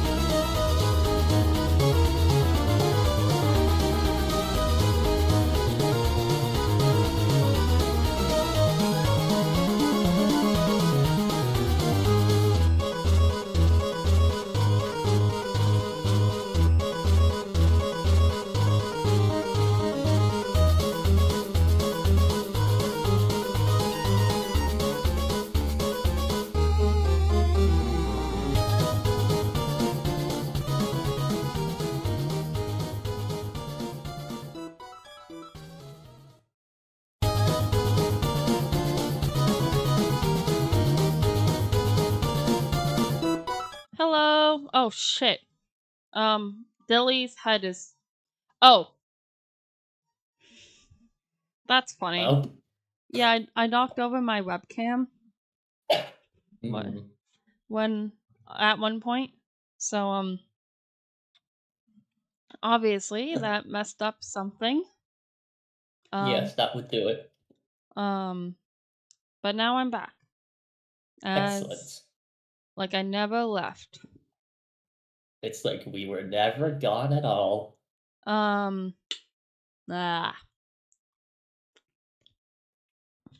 Sorry, I was starting to. I think I might be getting a bit like cold sick, so I took a foot lodges during the break, and these things are strong. Is your throat numb now? Yes, it's numbed, and my nose is numbed, and my tongue is Oh. numbed. Anything in that general system, numbed. Oh, that's gonna be fun. Alexa, play Linkin Park's Numb. Fair enough. But either way, the show must go on. So, Indeed. the purple text is less irritating than the red text. I'm lifting. Oh, that's a look. Yes. I'm lifting the car up to the balcony. Well, okay. Once it's there, retrieve the game. Then I'll put it back down on the driveway. But the door is locked. Then break a window. But it's my dad's car. Oh. It's just a window, and this is sort of an emergency. Otherwise, I promise I'll handle the car with velvet gloves.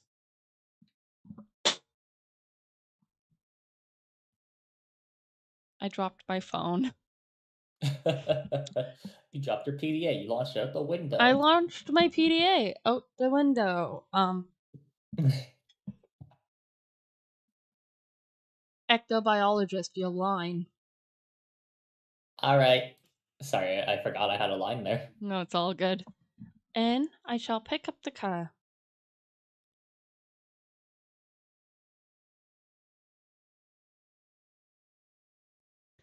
Connection lost.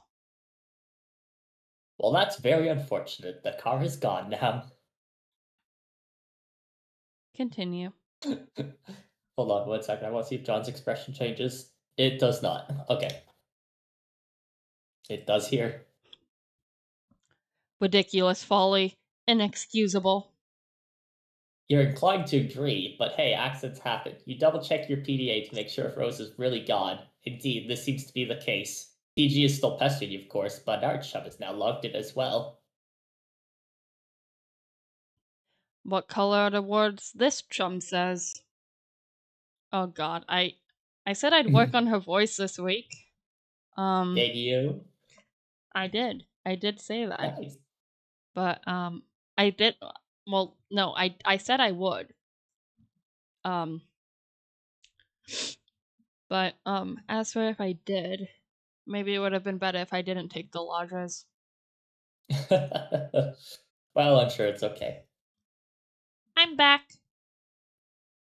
Oh, hi. I went to investigate the explosion I heard.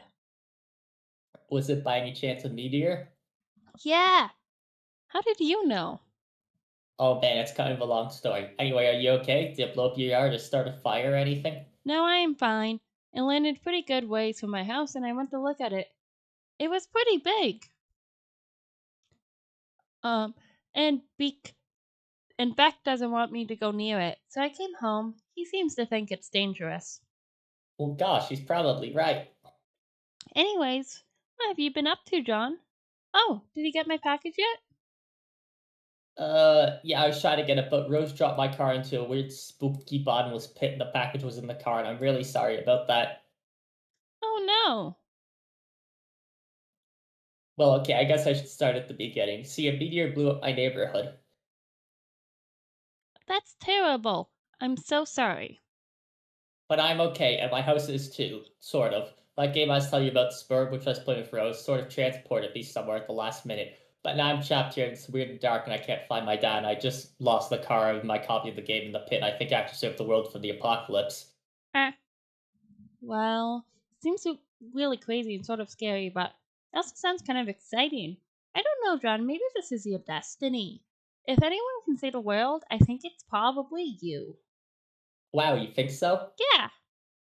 Well, okay, but it's not even that simple. I was supposed to connect to Rose to help transport her and save her from the meteors and fire and stuff, but she lost power and I lost the game disc. So I think I have to get TG to use his copy to save her, but that jackass won't shut up about and stop rapping and stuff. Ha ha ha ha. He's so silly. Yeah, anyways, I should talk to you about it, so BRB. Welcome to my chat if you have just joined. And someone in my chat asked, do you think John has ever been rage baited mid Instagram session? Which it's 2009, so probably mid MySpace session. What the hell's an Instagram? Some stupid app that just makes you look at people from your past and wonder why you followed them in the first place. Ah. And that is chat. That is chat. The green text was attractive. Now view the red text again. What is wrong with this guy? When the film crew zooms where the president's at, I'm like, if that dude's black, I'll eat my hat. Turns out he is, so we're like, damn, director's got gumption. Then we'll flip art shit, he ain't shiny shoes or something. Oh my god! It's called free emancipation. If it's not press selection, it's God ascension. And Bruce Almighty ropes different Bruce for the one I just mentioned. Ah! Can't explain to me why this ain't condescension to think I'll shit a brick. Not even he can convey the intention with his quick spun wit. Rather defray all the tension, sit on his lap while he whittles a split, and some guy eyes when he doesn't patronize. I'm not saying that. I guess is the mother of invention. How wasn't that caught by the slur removal? Fucking god. I guess it's not technically a slur of some form?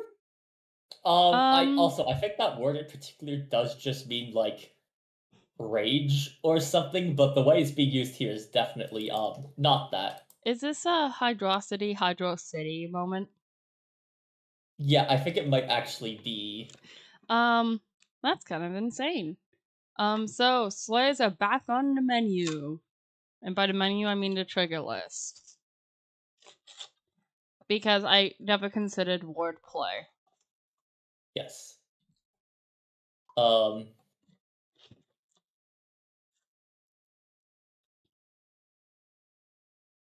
Damn. Oh my god.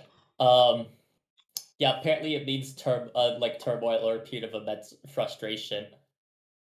And apparently it's pronounced like, I'm not even gonna bother trying to pronounce it the other way. Makes sense. This is so to those who may have missed the first stream, part of the goal of this whole project that Four and I are doing is so there's something going on in my chat that I can't quite explain. It seems friends are being made in there. Oh, excellent. Friends are being made. That might mean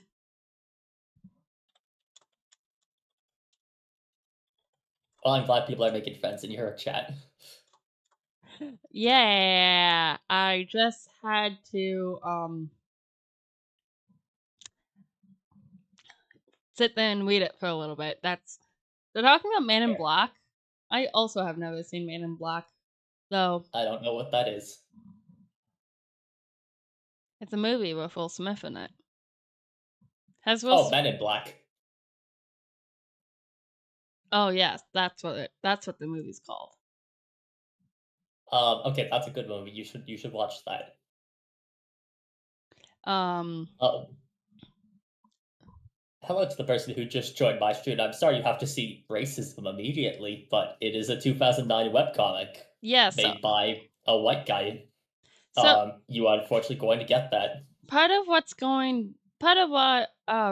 so both Four and I have read Homestuck. We're going back and reading through Homestuck and all of its Homestuckiness as part of a fun thing to stream, but also as part as a bit of a way to revise it in its Homestuckiness.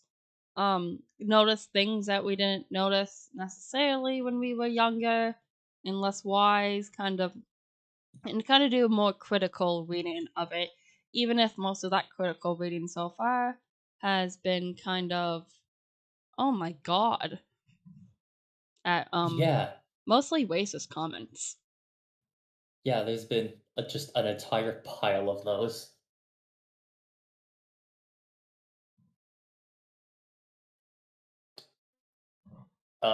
Shall we get back to the comic, I guess? Yes, you have to keep talking to yourself.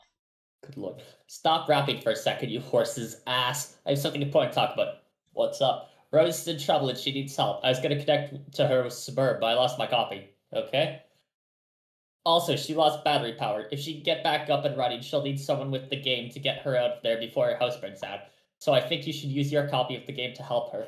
My copy? That's gonna be tough. Why? I lost it. It's a stupid story and I'd rather not talk about it. Should be embarrassing, yo. I thought you said you had two? Well, yeah, one is my brother's copy. Alright, we'll get his then. Alright, but he's not gonna be happy about that. Whatever. Also, you might want to read Rose's walkthrough to get up to speed on this.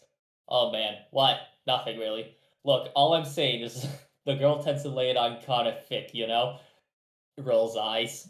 1 second. My window's open, and I think I might need to close it. Oh, fair. God, slash rolls eyes. That's such an ancient notation style for that. I haven't seen that in years, if ever, beyond this. Because everyone just uses asterisks, like either if it italicized or just on its own for like anything done like in character or like that you want to like give the role play of. Yeah, or like saying, "Oh, I'm doing this IRL," which maybe I should just start typing slash. No, you see, John is using a tone indicator. But yes, my favorite tone indicator. Rolls eyes. But it started with a slash. That makes it a tone indicator. Not my favorite tone indicator in Minecraft /TP. Yeah, that means you're using it with a tone of toilet paper. Tone indicator teleports behind you. Kono dioda. My chat is still talking about Men in Black, dude. What? Let them go, man. If they want to talk about Will Smith, aliens, then they could talk about Will Smith aliens. It's probably better than what the fuck just happened in this pastelog.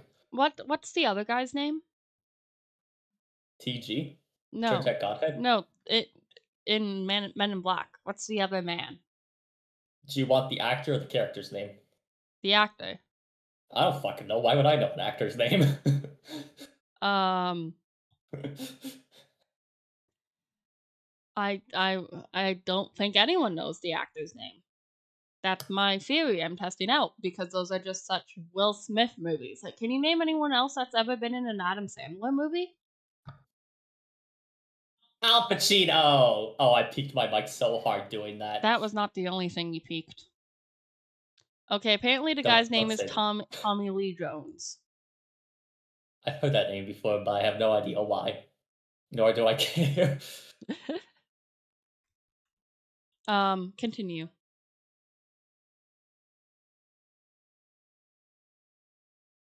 Sorry, Scratch listened in on us. Oh no. And it got caught in a bit of the old buffer, and then immediately, I don't fucking know, why would I know the actor's name? So it appears to be getting trapped between buffers somewhere. Oh god. Is Scratch down?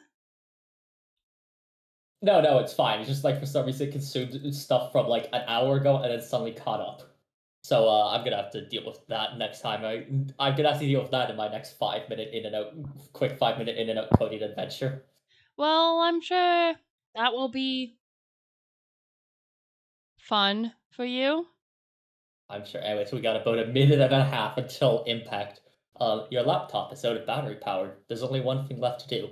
Time to make your way to that backup generator. And Chat, don't worry about going off topic too much, but also refer to chat rules to a certain, actually, yeah, please just adhere to chat rules. Fair. I shall knit laptop cozy to shield my laptop from the rain. That was fast. That would be such a waste of time. Besides, you already did it one a while ago. You retrieve it from your knitting bag and apply it to your laptop. You capture log the laptop plus cozy. I shall equip the grimoire to my strife specibus. So you are flummoxed by the delicate bifurcation between the actor's fleshly visage and the character's mythic essence, an endeavour that, in the grand billiards of cultural literacy, is tantamount to distinguishing a snooker ball from the cue that rattles it into destiny. The Godhead, ever so patient, will not ask you to choose between the mortal and the metaphysical, for both are indispensable in the choreography of revelation. Yet the question remains, do you need the actor's name for the chalkboard of your narrative, or the character's name for the chalk's eternal and print upon the green?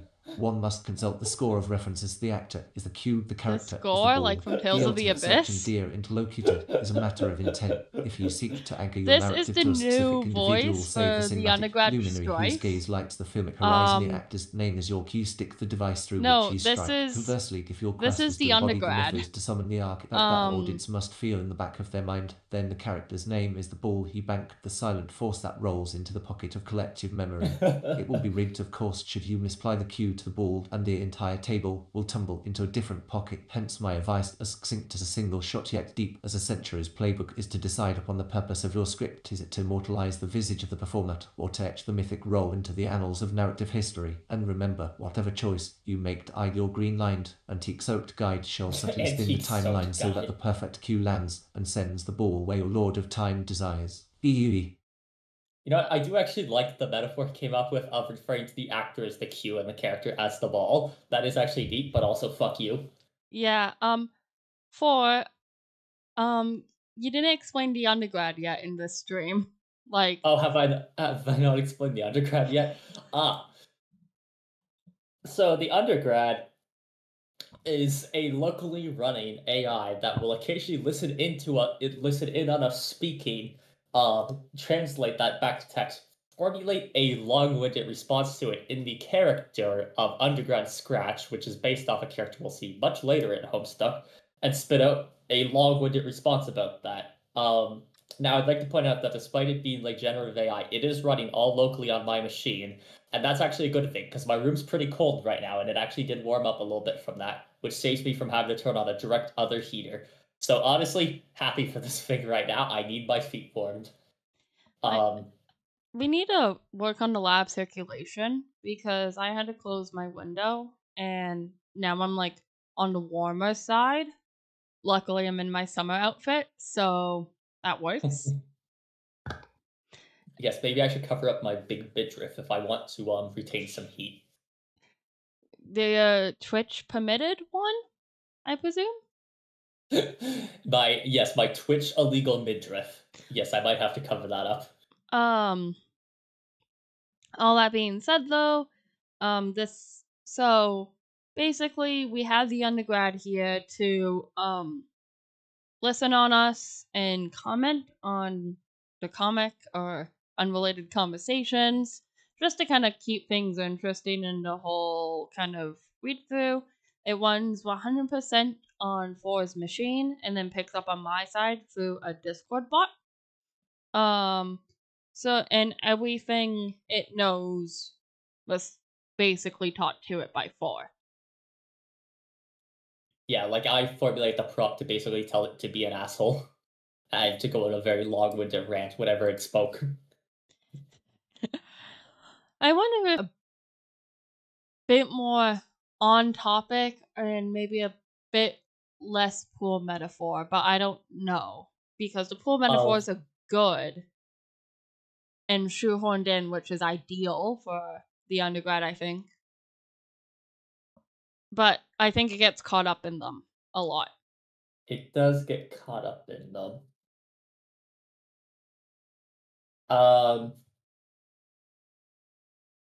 Okay, that is because I said it should often make pool and /or billiards based puns and references, work these in as frequently as possible, even if they don't make sense.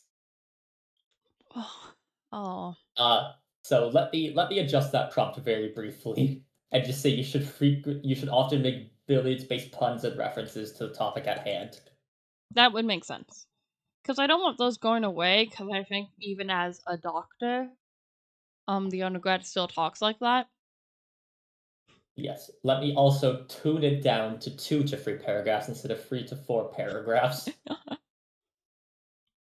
Something tells me he might not listen to that one. No, actually, that one he has been listening to. Like his responses have been within 3 to 4 paragraphs. It's just 3 to 4 paragraphs is a lot to work with. And what even is a paragraph anyway? Bunch of words, none a line break. Good old CRLF. Probably not a CR. No, it's running for HTTP. CRLF. Wait, so how many words are in a paragraph? As many as it chooses. How many sentences are in a paragraph? As many as it chooses. Incorrect, 4 to 7. As many as it chooses. A paragraph. So that will be. Oh, you go. So I suppose I should reset the bot with those changes briefly and rejoin it. Sounds good, as long as it doesn't say Sigma operation. I don't think it will say Sigma operation, don't you worry. No Nitro, I don't want. I do not want Nitro. You should give Nitro to Scratch. I don't even think I can. There's like the premium bot stuff that like the really big in 2 billion servers bots have, right? Yes. We should get the undergrad that. Oh, maybe get someone to pay for my undergrad subscription. That's called tuition. Get someone to pay my undergrad's tuition. God, tuition That really is just a subscription fee for education. Renew once every 6 months. yeah, pretty much. No, like 4 months rather. About that, yeah. It's yep, 3 terms in a year. So Yeah. shall we get back to the comic? And what if I said no? Oh, we don't have to. No, I want to. Back to the Okay. comic. That would be incredibly ill-advised. There are some dark forces you just don't want to mess around with. You understand this better than most. You put the book down. I shall recapture log my items. You grab the knitting bag and the grimoire in that order. It's always a logistical puzzle with your tree bonus. The tree auto-balances, leaving the knitting bag accessible in the root card. I shall allocate the knitting needles to my strife specibus. You feel a lot more comfortable with this as a weapon. You're so handy with these needles, you feel like you could probably use them to fillet a swordfish. And then I shall continue.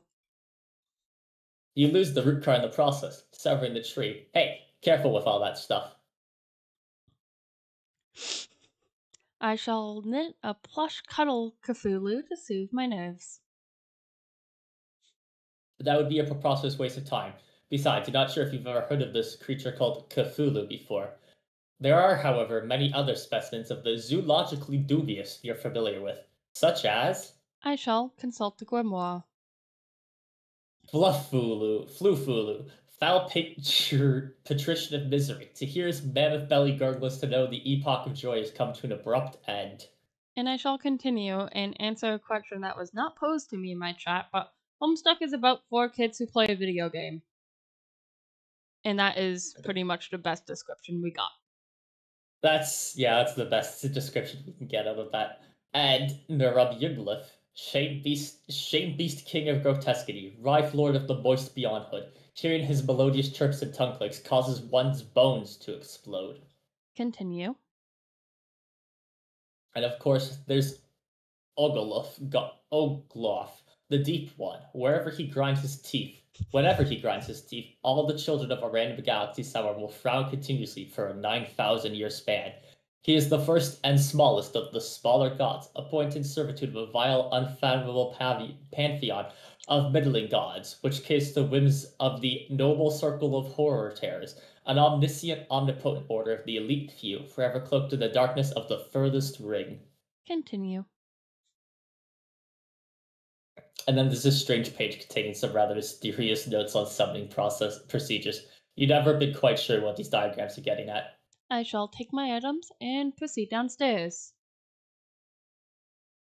You recapsulate everything the way you want it to appear in the tree and head downstairs. You think that's enough dilly-dallying?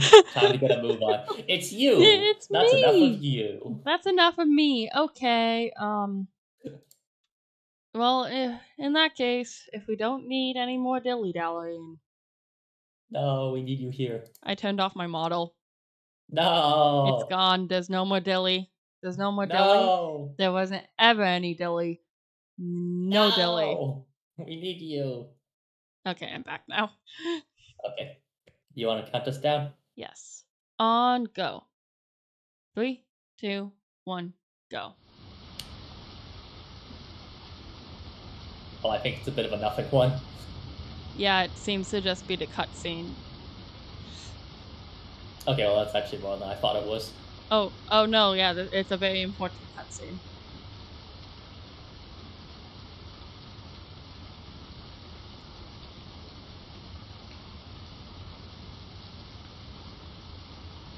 You wonder if this rain will ever let up.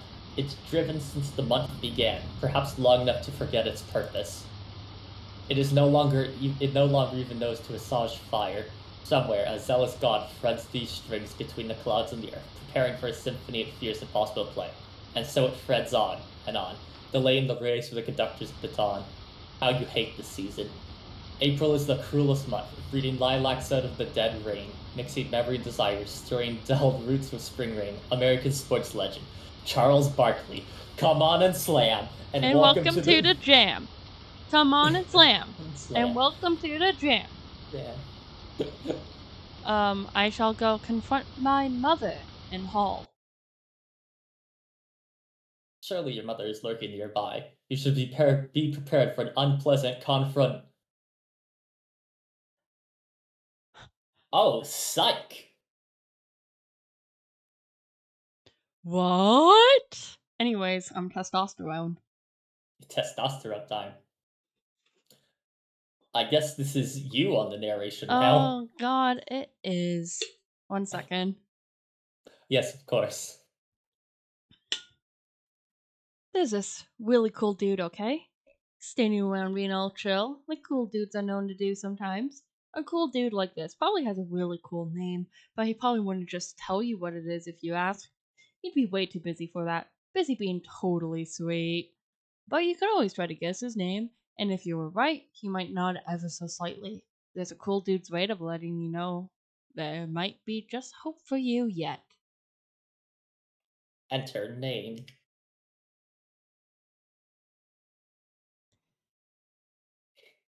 This guy doesn't have time for this sort of bullshit.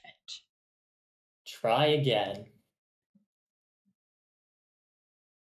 Dave Strider.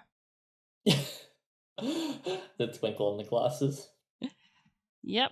Someone in my chat just pointed out that this is the fan favorite human. Yeah, this is absolutely the most beloved of the humans. I'd like to examine the room. Your name is Dave. It is an unseasonably warm April day. Your bedroom window is open to let some air in, and your fan is cranked. Arguably, even more cranked would be your fly beats, which brings us to your variety of interests. A cool dude like you is sure to have plenty. You have a penchant for spinning out unbelievably ill jams with your turntables and mixing gear. You like to rave about the bands no one's ever heard of but you. You collect weird dead things preserved in various ways. You're an amateur photographer and operate your own makeshift deck room. You maintain a number of ironically humorous blogs, websites, and socially networking profiles. Sorry, I just got hit with Michael Cera. Cera would be Dave in live-action Homestuck. You can't say that. You cannot say that. Michael Cera would be John in live-action Homestuck. I think so, yeah. Anyways, where was I? You maintain a number of ironically humorous blogs, websites, and social networking profiles. And if the inspiration strikes, you won't hesitate to drop some fat rhymes on a mofo and represent. I hate this man. I hate this man. What will you do? I'm gonna quickly retrieve my items from the cinder blocks. Nah. Fine, get the damn bait and save my friend's life or whatever. The notion strikes you as nonsensical. You can't imagine how a video game could save someone's life, and in any case, you're quite sure no one you know is in any danger. Anyways, these are your copies of the beta you received in the mail recently. You've labeled them with your name in bold red print to distinguish them from your bro's copies, who labeled his in kind. Neither of you really give a shit about this game or have any intention of playing it. But you'll be damned if you let that get in the way of your campaign of one-upmanship. Instead I'm gonna bleat like a goat and piss on my turntable. You would never consider allowing any fluid to even remotely resembling your into touch your beloved turntables.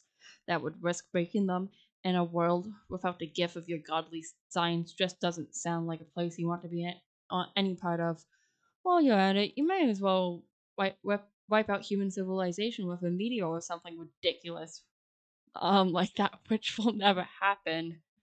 That only thing happens to in stupid idiot movies for stupid idiots. Continue. You will humorously contemplate bleeding like a goat for ironically humorous purposes at a later date. Pre-goat simulator, by the way, guys. Oh god, this was. I'm going to examine the closet. This is your closet. This is where you keep a lot of your crap. Like that box. And that bottle of... What is that? Is that... I'm gonna check the blue box first. This is a package that your friend John Egbert sent you for your 13th birthday a little while ago. It contains nothing except a note and a certificate of authenticity vouching for genuine Hollywood memorabilia which the box originally contained, and which you are now wearing to be ironic, but also to be incredibly cool in a way somehow intangibly related to the ironic nature of the accessory. You find it to be sort of exasperating to explain these subtleties to people. The box also included a signed photo of Ben Stiller, which is proudly hangs above your closet. Proudly and ironically. How are these kids affording genuine Hollywood, like, authentic, like, materials for each other?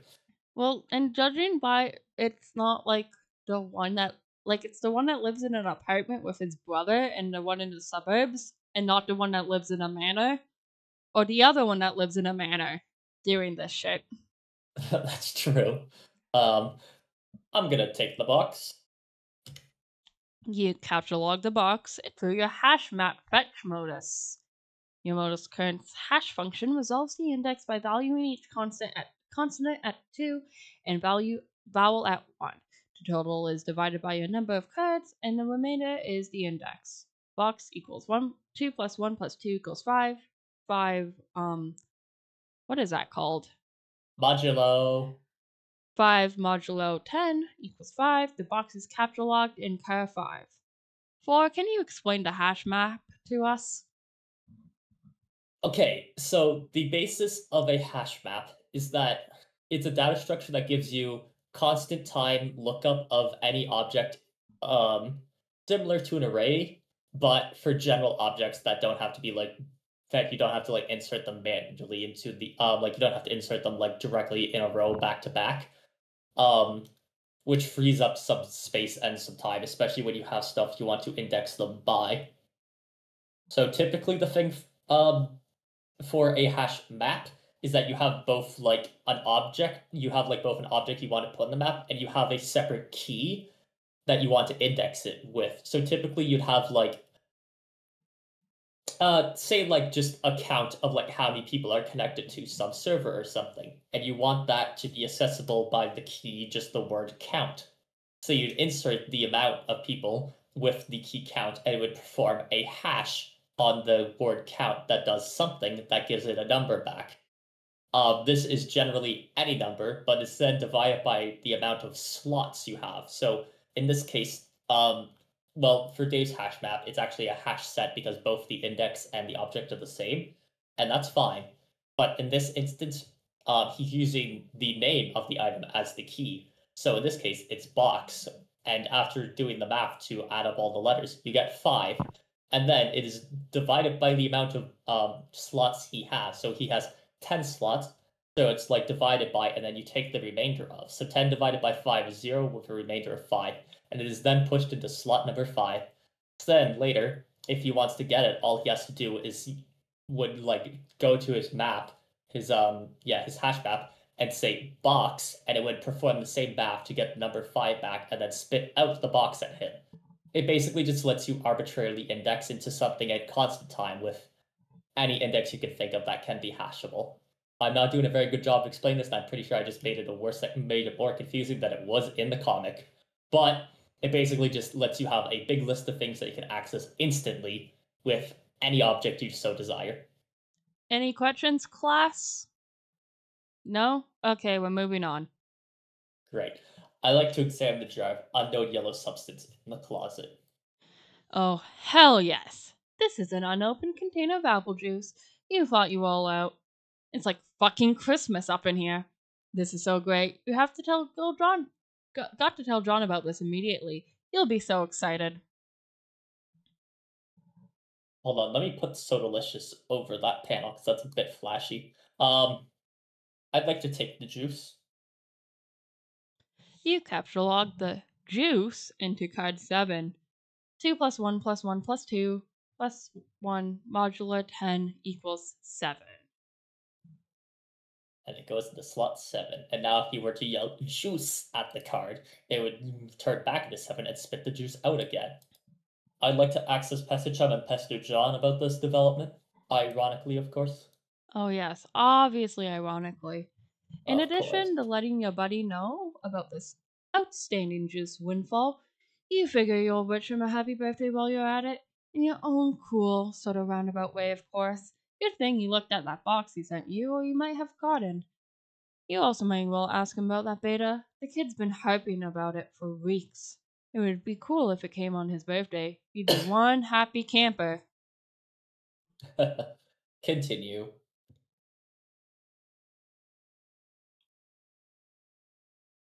Continue again.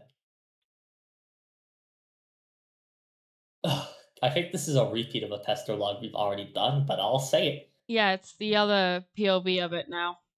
Absolutely. Hey, so what sort of insane loot did you rake in today? I got a Little Monsters poster. It's so awesome. I'm gonna watch it again today. The apple juice scene was so fun. Oh hell, that's such a coincidence. I just found an unopened container of apple juice in my closet. It is like fucking Christmas up in here. Okay, that's fine, but I just have one question and a word of caution. Have you ever seen a movie called Little Monsters starring Howie Mandel and Fred Savage, but the seal on the bottle is unbroken? Are you suggesting someone put piss in my apple juice at the factory?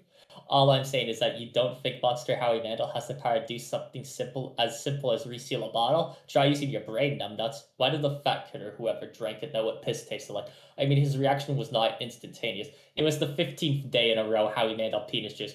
Okay, I can accept that. Monster B-list celebrity douchebags are cutting in persistent pranksters. Also, Fred Savage has a really punchable face. But who cares about this? Let's stop talking about it. Did you get the beta yet? No? Did you? Man, I got 2 copies already. But I don't care. I'm not going to play it or anything. The game sounds boring. Did you see how it got slammed in Game Bro? Game Bro is a joke and we both know it. Yeah, why don't you go check your mail? Maybe it's there now. Alright.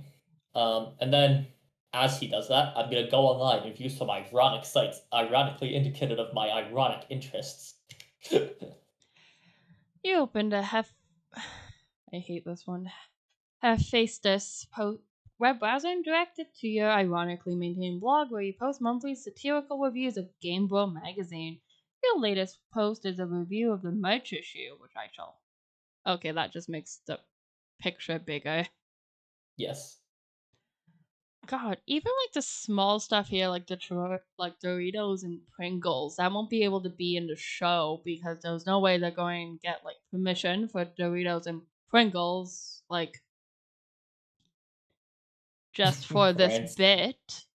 Grand snack, fuck yeah. Like, there's going to be so much that's missing that I don't think a lot of people have talked about because everyone focuses, well, even I've focused a bit on Betty Crocker. I will not lie, but that one's really plot relevant. but even the less plot relevant ones are also relevant, per se. They're relevant to the culture, to the comic as it existed.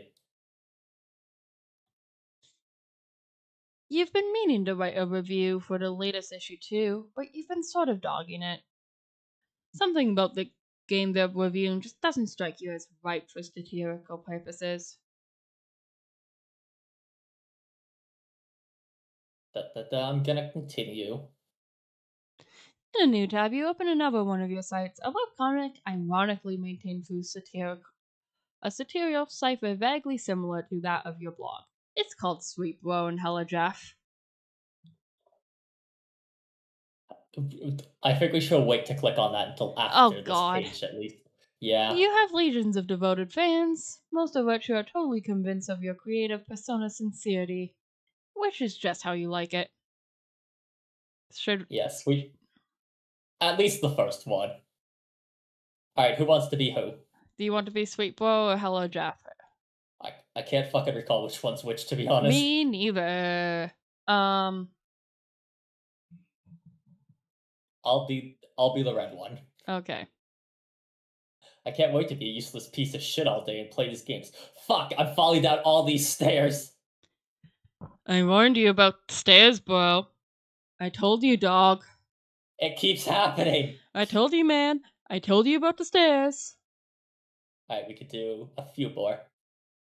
I want to scroll down to... Can we read, like, the thing below the scroll meter? Yeah, bitches? Yeah. Sure thing, we can read that.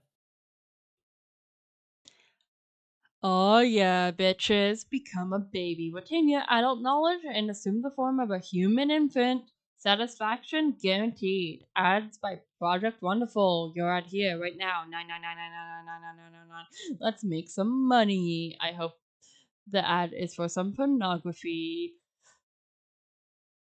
And then there's a list of all the comics he's made. And then there's some Game Bro shittery at the end. This is such, like, perfect for how people make HTML and CSS websites. Yeah, it even rewired the preview of like the actual like browser. Like the browser is yellow now. Yeah, so we're reading this via Homestuck archive, and as you can see, the tacky everything has reached the roof. Now, do we want to read some comics? I'm a bit afraid. Maybe just two more, and then maybe we can vet. Like, I think the first couple are fine, so maybe just like one or two more, and then we can vet the rest off stream and maybe open the next issue with those or something. Sounds good to me. Let's go next comic. Never mind, we should not read these on stream immediately. Did you also click next comic? Yes, I did. Okay, I'm just going to go How much was the comic? Click newest. Yeah. Click newest. Newest also ain't that good. I remember this one. We're gonna have to have a discussion about this off stream and then decide if we can show this on stream later, I think. I don't think we can show it on stream. But I think have to collect a list of the ones we can show on stream. And the ones we want to show on stream. Yeah, my god. I'll leave the tab open. Same. Oh my! I wasn't expecting to immediately get hit by that. What an adventure! I love the dissonance between like the first one and then you click newest. Yeah. I think Sweet Bro and Hella Jeff did actually at first technically exist outside of Homestuck, in that Hussey was on some forum and someone was saying some dumb shit, so he just made the first couple and posted them in response. And like, they're not awful or anything, like they're not unpostable, it's just like, well, I guess that's where the nudity warning came in. I don't know if that's the nudity warning or not, that's the thing. But also, how do you portray nudity in this art style? I like that, I guess, but yeah, I guess we're gonna have to have a discussion about which ones we can show. But I do recommend just going into an archive of Sweet Bro and Hella Jeff, because I know people have archived that shit themselves. as well, and reading through some of those. It's just a small little thing that's kind of funny. And it's extremely 2009, and that's what's important, really. Yeah. Anyway, Gonna check the latest page of the Midnight Crew. you figure as long as you're chilling at your computer, you might as well see that new MSPA story is going. You haven't looked at it for a while. Midnight Crew. And Oh, fuck. we are now reading Midnight Crew. I guess I'll take this because it's Dave reading it. I You are guess. members of a sinister gang called the Midnight Crew. Your nefarious plots are serpentine in complexity. Your schemes convoluted. You are planning a heist in your underground hideout. What will you do? You want to take the command? Sure. I'll use Occam's razor on plans and schemes. Spade Slick uses Occam's razor to carve a circular hole in the heist plans, freeing it from the knife. You wonder what moron would jam the knife so hard into the table in the first place. I guess this is us assigning Spade Slick. Um, J- I'm getting most of the characters that have like talkative moments right now. Do you want Spade Slick or? Am I remembering correctly that Spade Slick is important? Yes, Spade Slick is very important. Okay, this But we're feels. also gonna have to assign Spade Slick multiple times because it's this comic. Yeah, I'll take the first Spade Slick. You don't have to. No, I just have to really get in the mood. Oh, Okay. let me light a cigar. We have a fire detector. You can't.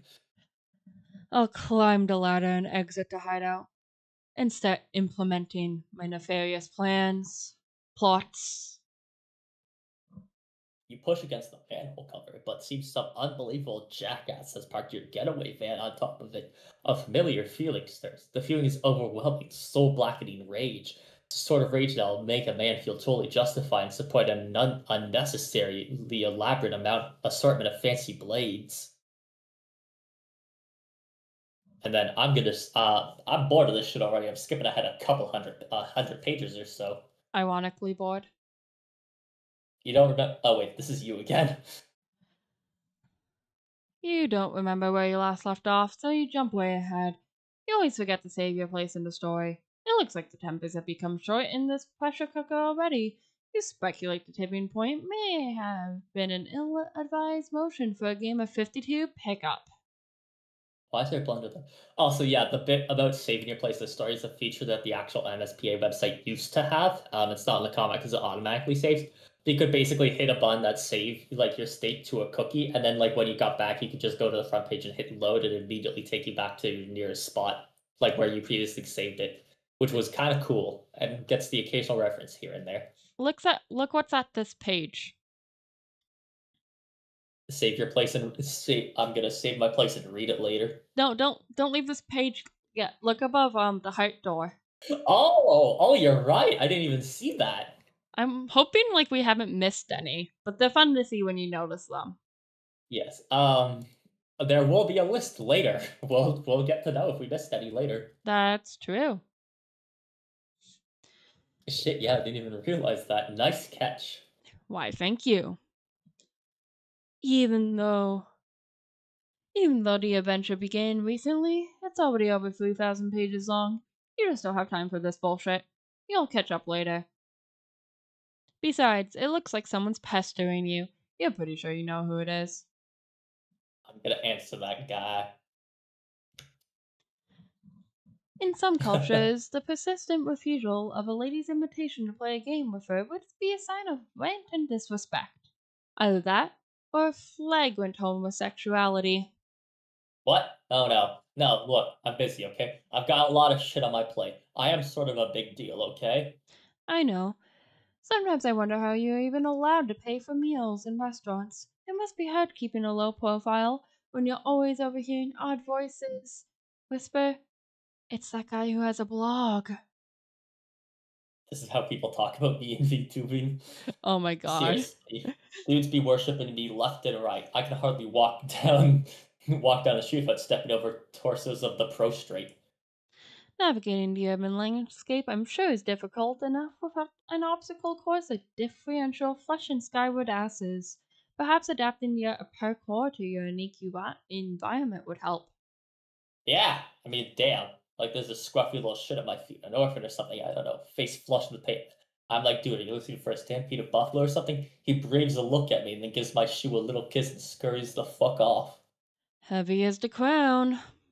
Yeah, not kicking Oliver Twist in the face, in the fucking face every day is my gift to the world, I guess. Breathtaking magnanimity.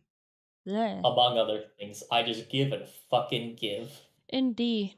Never drool tumbles from your wish box of daily exploits, which I imagine does not sparkle.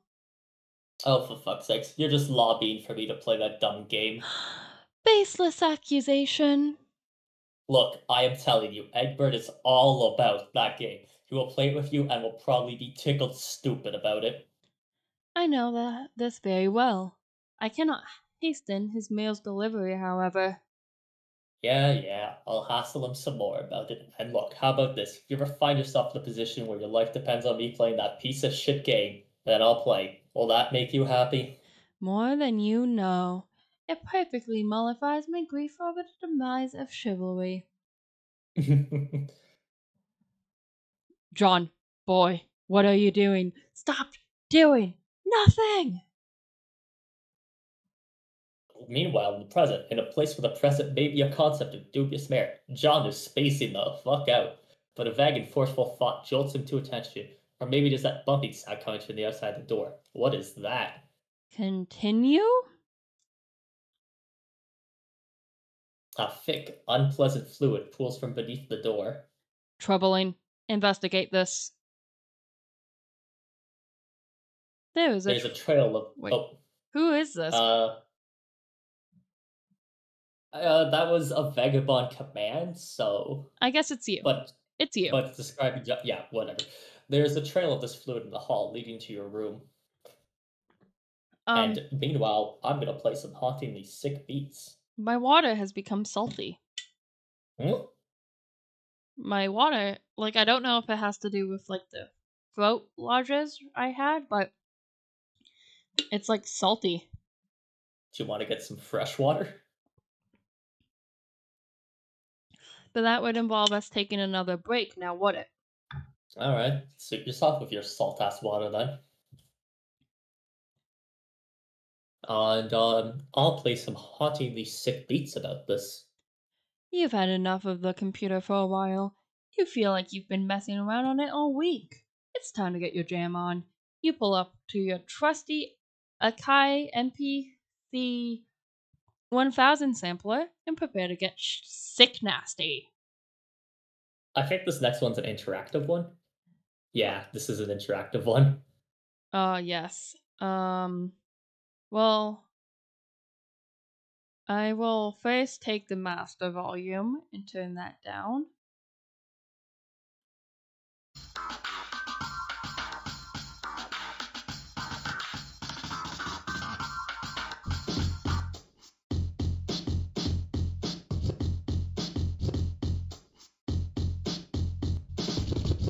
Nitro, that most unremarkable relation which you seem to have bestowed upon yourself in a most futile attempt at self-valorization. Your lamentation regarding the demise of chivalry is frankly the paltry echo of the cosmic void that Undergrad scratch precisely in a void where the concept of mere mortals having a grief is nothing more than that just got overstimulating so quickly. You mentioned John Deere interlocutor and implore him to cease his doing. Let me assure you, when I cue the 8-ball of reality, the universe reverberates with a science that even the most diligent chronologer cannot alter. The echoes of that silence are like a perfectly struck shot pockets, asterisk, PFFF, the asterisk, and if you dare to think that mortals such as you can influence such a cascade, you are playing a game with a rigged table, and trust me if I call that rigged in the most fitting manner.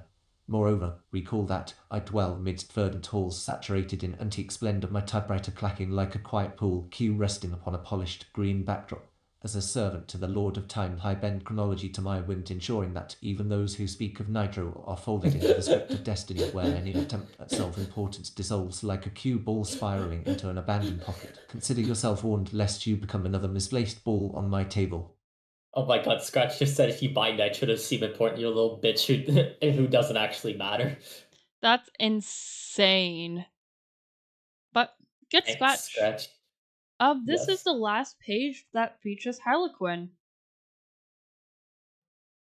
Oh, Captain Planet ending theme.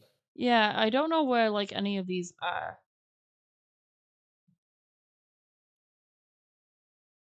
Ghostbusters. Only page that has Ghostbusters, but something references it, and I don't want to miss a thing. I don't know if I should mess around with this page too much though, because I have a feeling if any of those songs played except for Harlequin, might not be good for YouTube.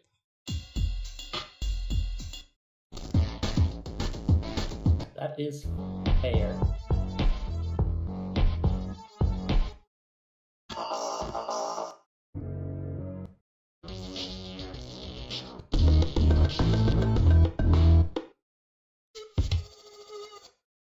Sorry, I was just playing around with it. The exact thing that I should not have done, but I actually could not find like any of them.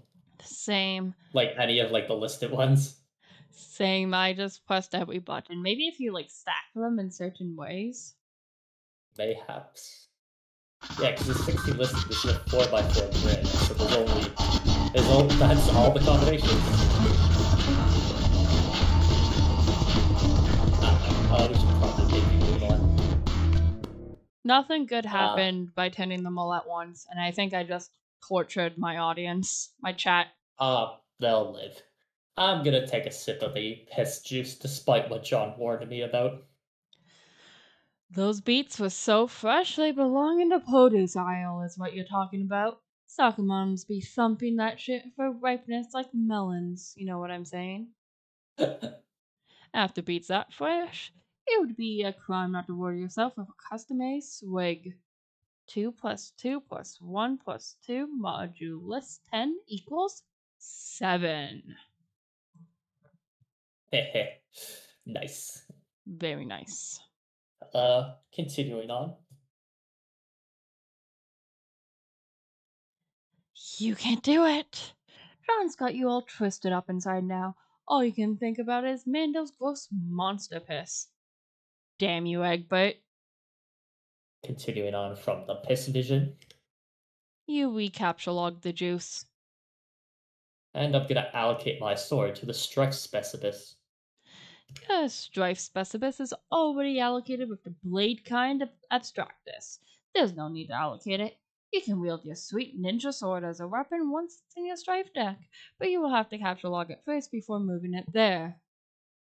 Well, I'm gonna captchalogue the sword. The ninja sword, 2 plus 1 plus 2 plus 2 plus 1 plus 2 plus 2 plus 1 plus 2 plus 2 equals 17 modulus 10. 7 occupies the same card as the juice. 2 plus 1 plus 1 plus 2 plus 1 plus 1. 7 modulus equals 7, expelling the juice from your Siladex. It splashes all over your turntables and your copies of the beta. Ugh. I'm gonna get a towel or something. You head out to get a towel from your bathroom across the hall. You glance at one of the many radical puppets in your bro's collection and nod in approval. Is there anything not awesome about your bro? No, you think not. Oil! Oil! Yeah, there's oil on there. Yeah. Good catch. I'm gonna continue into the bathroom. You enter the bathroom. There's a damp towel on the floor you can probably use for this crisis. You stop to pay a little respect to the one of your bros boys hanging up there. Hey, little man, how's it hanging? I'm gonna grab the damp towel.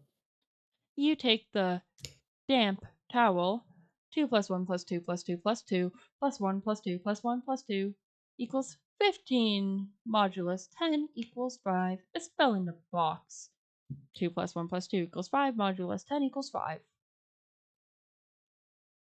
I'm gonna search the bathroom for something a little less fucking damp.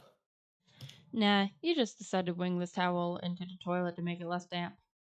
It is now just a towel. 2 plus 1 plus 2 plus 1 plus 2 equals 8, modulus 10 equals 8. Well, let's take that towel then, in an ironic fashion. You take the towel and grab the box again while you're at it. Now let's clean up that juice. You clean 2 plus 2 plus 1 plus 2 plus 2 plus 2 plus 1 plus 1 plus 2 equals 8. Up the juice with the towel and hang the damp beta envelopes on your line to dry off. Continuing on.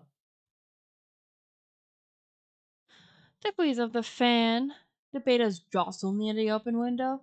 This arrangement is a little disconcerting. If they fell out, it would sure be a stupid way to lose them. Let's turn the fan off, just in case.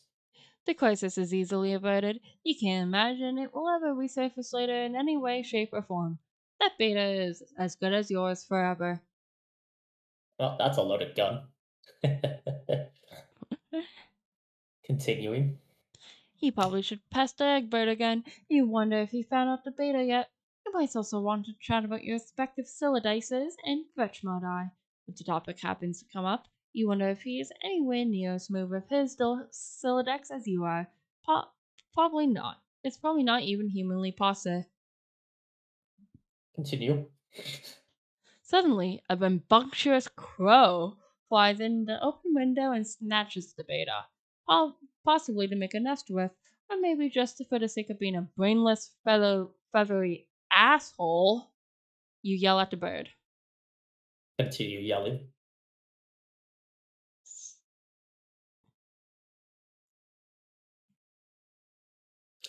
Stop! 2 2 plus... plus... Oh, you got it? You got it. 2 plus 2 plus 1 plus 2 equals 7, modulo 7 is 7, spin out the sword. Which is funny, because he can't actually speak. You accidentally launch your ninja sword. Everything goes flying out the window. Dead bird and all. Continuing onwards. No one can ever know about this. The little exclamation mark. Oh my god, it's so tiny. Oh, let's look out the window, see what the fuck just happened. You can kiss all that stuff goodbye. You feel sorry for the bird, but at least you never planned on ever using that beta ever. Now that bit of ugliness is behind you, you guess you can look forward to several more hours of messing around in your room with your— Whoa! Wait, what?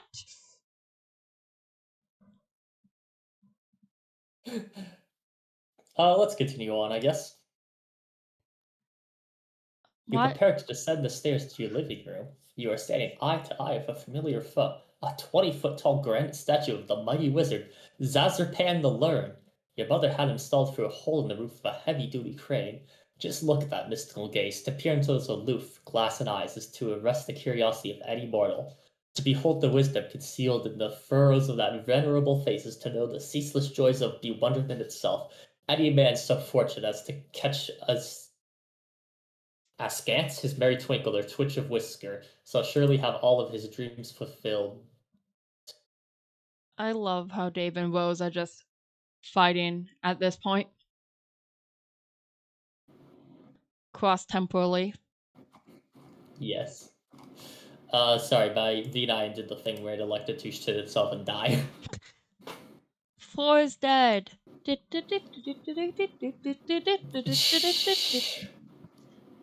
nice to me, I'm not quite done yet. Floor dead. Okay, that's all back to normal. Are you alive again? I'm alive again. Well, then I shall continue. You find this grisly abomination utterly detestable. And then I shall psychoanalyze Mother's love of wizards. There's nothing to psychoanalyze. Your mother clearly has no real affinity for these damnable things. She only collects them to spite you. If anything, she finds me more repellent than you do. She's just a committed woman. I shall go downstairs to the kitchen back door. You descend to the living room of your house's expansive open layout. There is the sound of rushing water beneath the floor. It tends to strike guests as a strange presence in a living space, but it's become hardly audible to you through familiarity. There's the front door, but hopefully there's no need to make the long trek around the house in the ring. You might as well see if you can slip through the kitchen and out the back unnoticed. I shall view Mother's solid copper vacuum statue. Okay, but it's bronze, not copper. But it wasn't always. A while ago, you gave this as an ironic gift to your mom for Mother's Day. You even customized it with a drink holder to support one of her ubiquitous alcoholic beverages. She liked the gift so much, she had it bronze and put on this pedestal. She even left it plugged in so it can still be turned on now and then, but never do any cleaning. Never leaves the display. Sometimes at night when you're in your room, you can hear it wailing from downstairs. She must know you can hear it. She's completely deranged. I shall grab the Eldritch Princess. It's too big to capture log. Not that you would want to move it anyway. The pretty princess doll has been sitting there for months, ever since your mother got this abomination for your birthday as a totally passive-aggressive gesture. You decide to make it much less abominable by knitting Her Majesty a new head and arms. Now it brings a mischievous smile to your face whenever you walk by. Your mother hasn't removed the doll yet, and probably never will. She would never be the one to blink first. I shall acquire an umbrella for protection from the elements.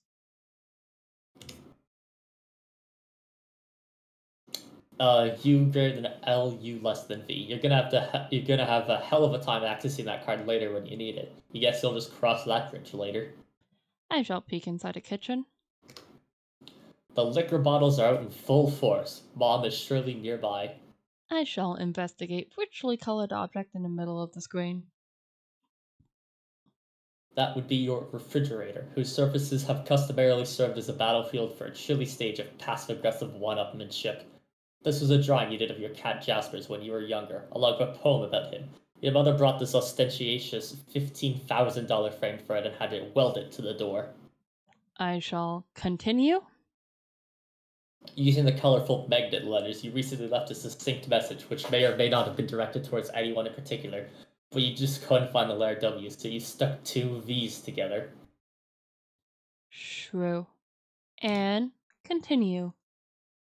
Your mother then purchased a fresh pack of W's and left them there for your convenience. Appreciative of the thoughtful gesture, you left her a sincere thank you note, which you had legally notarized and then marked with a drop of blood. And continue. But part of it was touching the floor, so your mother was kind enough to lift the lower portion of the document with a velvet pillow. And with that resolved, I shall attach a W to my face as a fake mustache. This is incredibly silly. You're not sure how it fits in your campaign against your mother, or getting a computer back online to escape your doom. But it's hard to resist getting a little silly sometimes, especially when you're absolutely positive no one is watching. Wario. Wario. Wow. Why is that wow? I shall capture log the W. W greater than L, W greater than V. But that unsightly void in the pack of W pack won't do, nor roll the gash into plastic. You deposit 12 cents in its place, which is your approximation of the letter's value. You also vow to return later and neatly sew the plastic shut. Oh shit, that was you. Don't worry about it. I'm so sorry. It's all good. Do not worry about it. It happened. And I shall think of ways to one-up Mother. You now wonder how to adjust the pillow situation. It seems the woman has you at a clear disadvantage. Perhaps slipping a fresh doily into the pillow will do a trick, or maybe spilling a bit of Worcestershire sauce on it and then having it dry cleaned and returning with a laboriously ingratiating apology note. No, there's no time for anything like that. Or maybe, just think out loud here, you can use the entire pack of W's as M's. Oh yes, that would burn. But you've already done something with that W pack, and there's no need to go back and gild that lily. This is delicate business, and that pillow is screaming for rebuttal. I shall capture log the velvet pillow. You decide to take the velvet pillow and lovingly embroider a poem in praise of motherhood on it. Hopefully you can pull this off before she notices it's gone. VE greater than L, VE less than VI, VE greater than U. But it causes your tree to be pretty unbalanced. It surely will auto-balance itself in a moment. Continue. And just like that, the umbrella becomes accessible in the root car. That's one of the things you love about the tree mode, is the happy surprises. And with that, I shall head out the back door. What the fuck is that auto-balancing method? It evens out how many, it shifts things as if it needs, so the two sides have the same amount of layers. Makes sense. I'm just wondering why it swapped umbrella up immediately. Well, because if you just move the wait, what? Well, Yeah, like couldn't it just rotate violin in and laptop down one? yeah, wouldn't. And how did umbrella go UV? Well, no, because then in that case, if the violin was there, then the umbrella would have still been under and left of the violin. Yes. So therefore it would have been 3 on the left and 2 on the right. Yes, okay. Yeah, this is why it's auto balance. So we don't have to think about stuff like this. That's true. Okay, that's enough. Time to get go.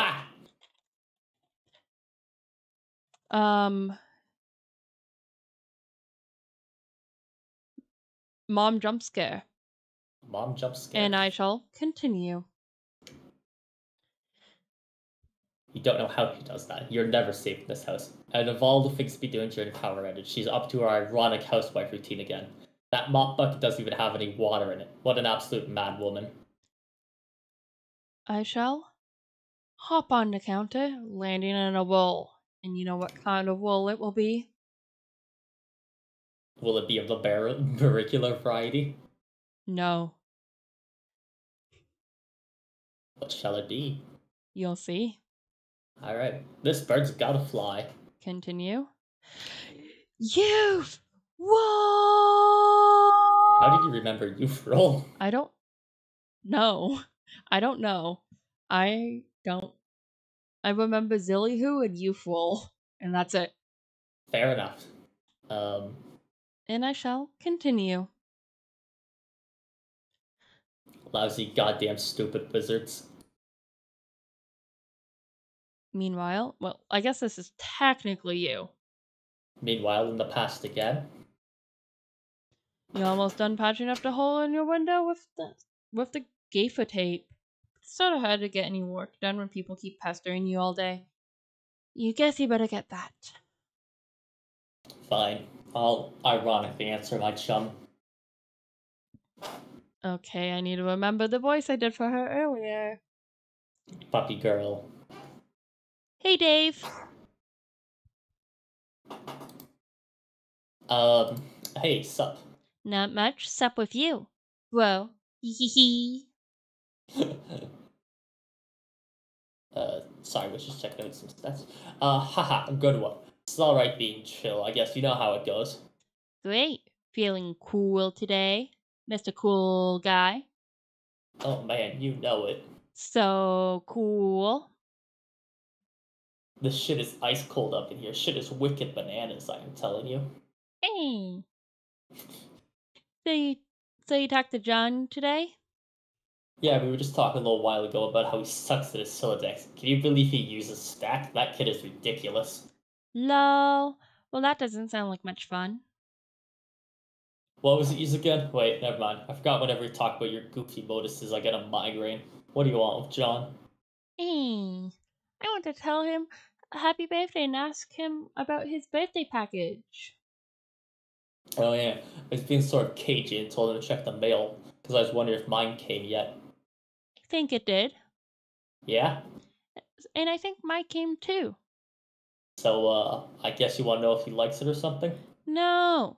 He will not open it. He will lose it. Oh, wow, sorry to hear that, I guess. No, it's good actually, because he will find it again later when he really needs it, which of course is why I sent it to him in the first place. See, like, I never get how you know these things.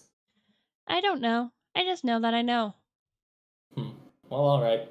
Anyway, I have to go. I have to go feed Dak, which is always a bit of an undertaking. Man, if I were you, I'd just take that fucking devil beast out behind the woodshed and blow its head off. Don't think I could if I tried. Yeah, say hi to your granddad for me too, okay? Yeah, I guess an encounter with him is almost certain.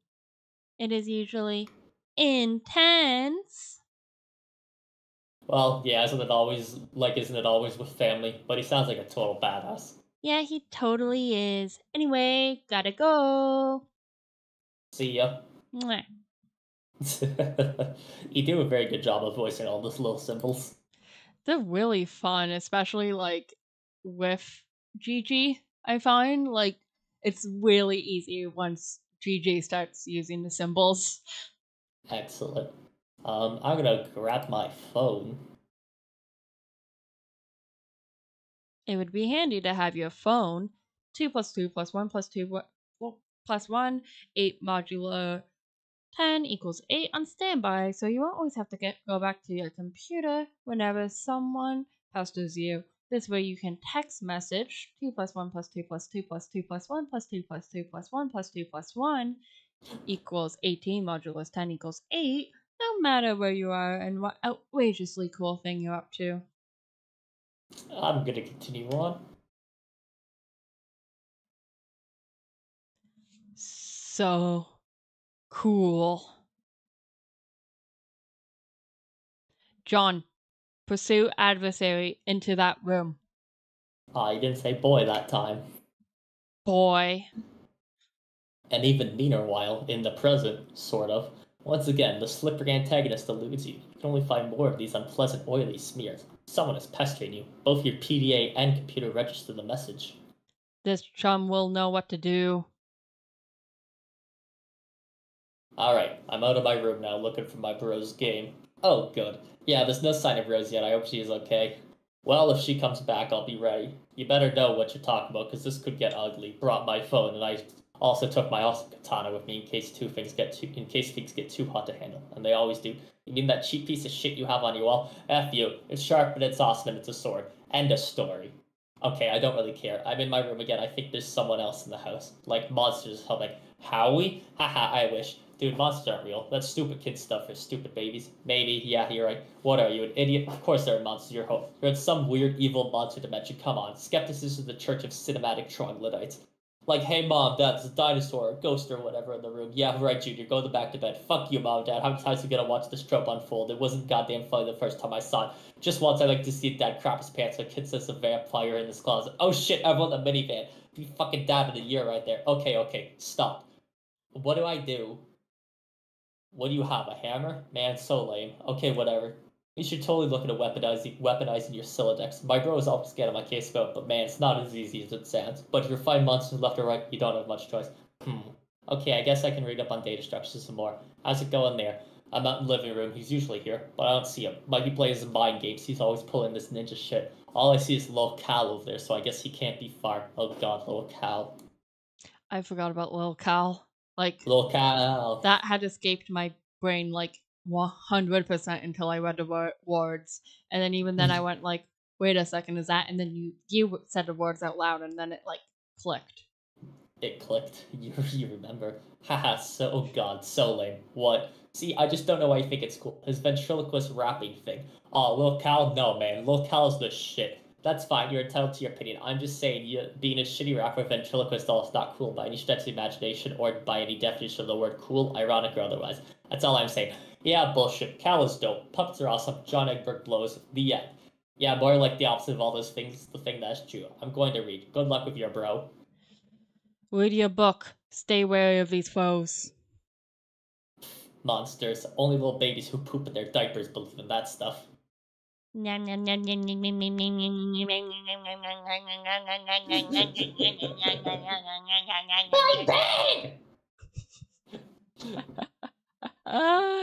Anyways, I shall youth roll right out the front door. In 3, 2, 1, go. It's combat. I'm gonna start clicking buttons. I'm going to aggress my mother. Nice. I agree with my mother. I did a blotto parry. Now I'm going to agree with my mother. Nice. Empty suicide threat. Let's abjure. Yes, I'm also abjure. With ironic indulgence. A beautiful pony. And abstain. Ironic negligence. Auto parry. parry. Auto parry? Yo. Auto parry. I'm doing that one again. That's a good one. Yeah, auto parry. I love like this bright iteration, like the pixel art Perrier logo. Yeah, that was good. Let me pull that up one last time. Yeah, that's great. Are we good to continue, or do we keep fighting Mom? I'm gonna continue. Okay, I'll also continue. It looks like Bob has satisfied her strife quota for the day. She simply returns to her housework. No point in going at the front door anymore. Might as well head out the back like you originally planned. I shall first beat a pony, and secondly, trample Mom. You can't be this stupid pony. And quite frankly, can't imagine why anyone would want to, but you give the pony a begrudging pet on the snout anyway. Her name is Maplehoof. John, boy, turn around. I think we see Maplehoof again later, and that's funny. Yes, I think we do. Do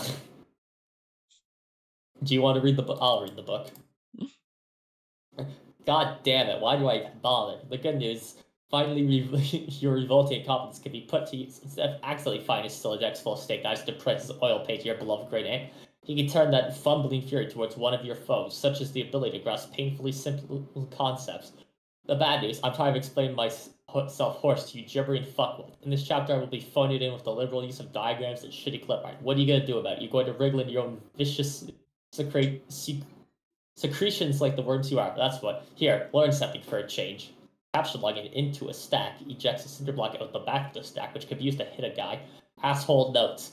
Purse your lips together to form a stiff pucker, and apply that firmly to my rear end. I now pronounce you man and wife. Now get in the kitchen and make my ass some dinner, bit. Oh my god. Jesus Christ. This comic, dude. I guess the thing is the guy's supposed to be an asshole, but it's still just man. It is man. But also, good bit. Yes. You're trying to read, okay? This book is already unpleasant enough as it is without weird voices in your head nagging you to do things. Besides, I thought we all agreed there was no such thing as monsters.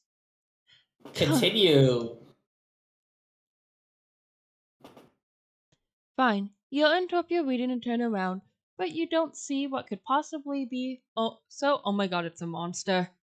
Continue in 3, 2, 1, go. Yeah! Don't move for the money gets it. I forgot to show the last song, but Same. I shall agree.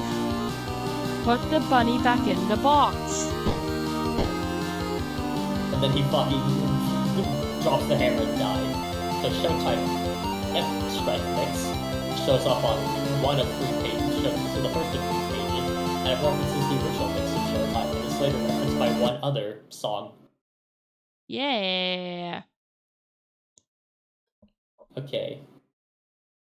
And I shall exit. We don't need to worry about John right now. You leave through the back door. Nearby is the transformer, which distributes electricity from the underground generator powered by the river flowing beneath your house. The transformer is struck by lightning, though, and no longer works. You wonder if your mother has any plans to have it fixed. You guess she'd rather just play her mind games than dark house like a weirdo. See the mausoleum and the portable generator across your backyard. You're almost there. I shall use the umbrella, and this will have no unintended consequences whatsoever. Yeah, isn't that the route now? Yeah. Nothing bad ever happens. Well, can't we only take from the root? Maybe, yeah. And with that explosion, I shall continue. You regather your items to begin the soggy Trek Mausoleum War, except for the W, which you leave on the Transformer. Hee hee. And get up, John. There's no time for slumber. Boy, click that button in 3, 2, 1. Oh, we get to strike this. Oh my god, that's loud. Yeah. It is once again there. Again. But I will be muting the music because it's loud. Yeah, let me just turn that down. But this one we can move around and then use spacebar to attack. Bonk, bonk.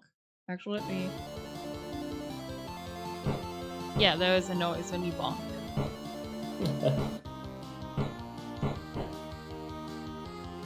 It hit me back, and now John's making a stupid face on the floor. Yeah, I've been stuck on him making a stupid face on the floor for a while. I think this is as far as this one goes. I shall forget the W and make haste to the mausoleum. Retrieving the W never even crossed your mind. It's just a stupid magnet. And I shall continue. John, salvage your weapon and fight on! In 3, 2, 1. Oh, back to strike. I'm gonna turn that down again. Same. Pick up! Pick up! We're just hooking up bullshit in a loop and throwing it. Pick up! Pick up! Ow. Pick up! Oh, sweet catch!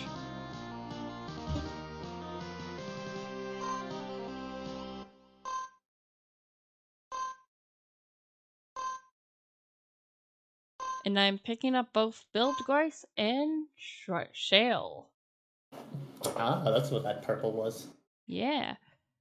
You said, put the bunny back in the box! Now why couldn't he put the bunny back in the box? Now exalt. Victory spoils are yours. What an exquisite tableau of entropy, the thick viscous elixir spilling from beneath the door like a broken 8-ball drifting toward the nearest pocket. In the grand theatre of time, such a liquid is but a tremor in the substrate, subtle cue that the very floor is warping under its own paradox. It is a reminder that even the smallest perforation in the chronicle can leak a torrent of chronoturbulence, a reminder that every man's domestic space is a pocket of reality that I continually because there was realign. oil Might under I my suggest door? a little All this just for preemptive measure? oil? Adjust the All of threshold, this for perhaps, or oil. simply place a small decorative All tray, of though such this, triviality the is but a comic, pocket in the grander for scheme. oil. If you desire the elegance of a well-furnished hall, a green parlour with antique furnishings, let the fluid be coaxed into containment. It is a matter of preventing future misalignments. Should any attempt to contain this efflux fail, we call that with a single flick of my mental cube the universe will rearrange itself, because no such thing as a true rigged table exists here. I merely set the odds, or better yet, No let the true door's rigged table hinge tremble exists here. as if a cue ball was struck from behind, and watch the liquid cascade into a perfectly placed, albeit an anticipated pocket. That's a very long-winded, assholey way to say just put a tray underneath it so liquid seeps into it and stuff all over your floor. So thank you, Undergrad Scribe says good advice. Can you be less of an asshole about it?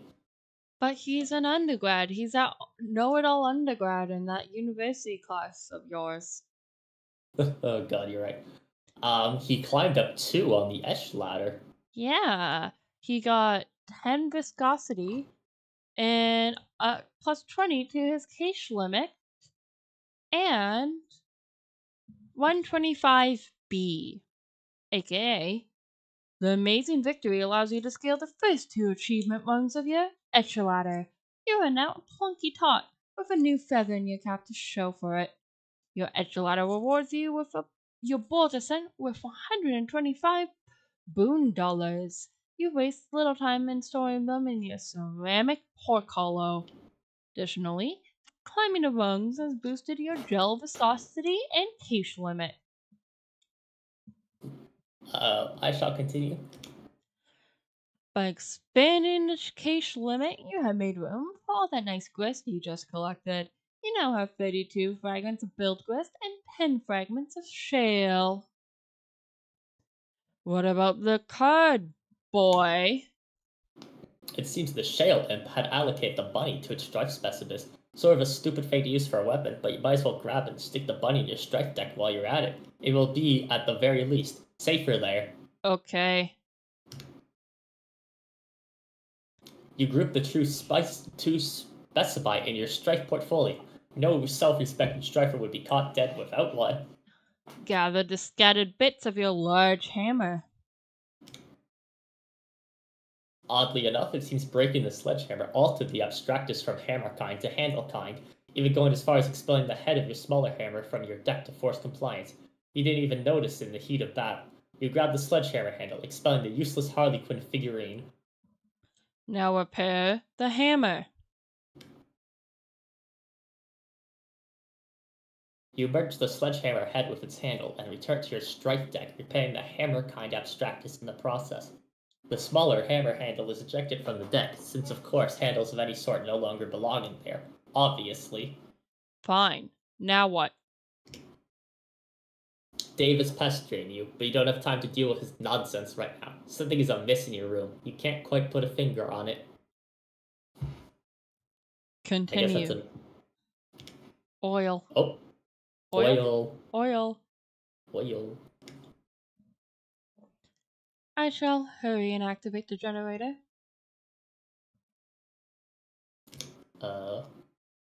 You fire up the generator and drag a cord into the mausoleum. It is, of course, would be foolish to try and run the generator inside a confined space. Generator safety is everyone's business.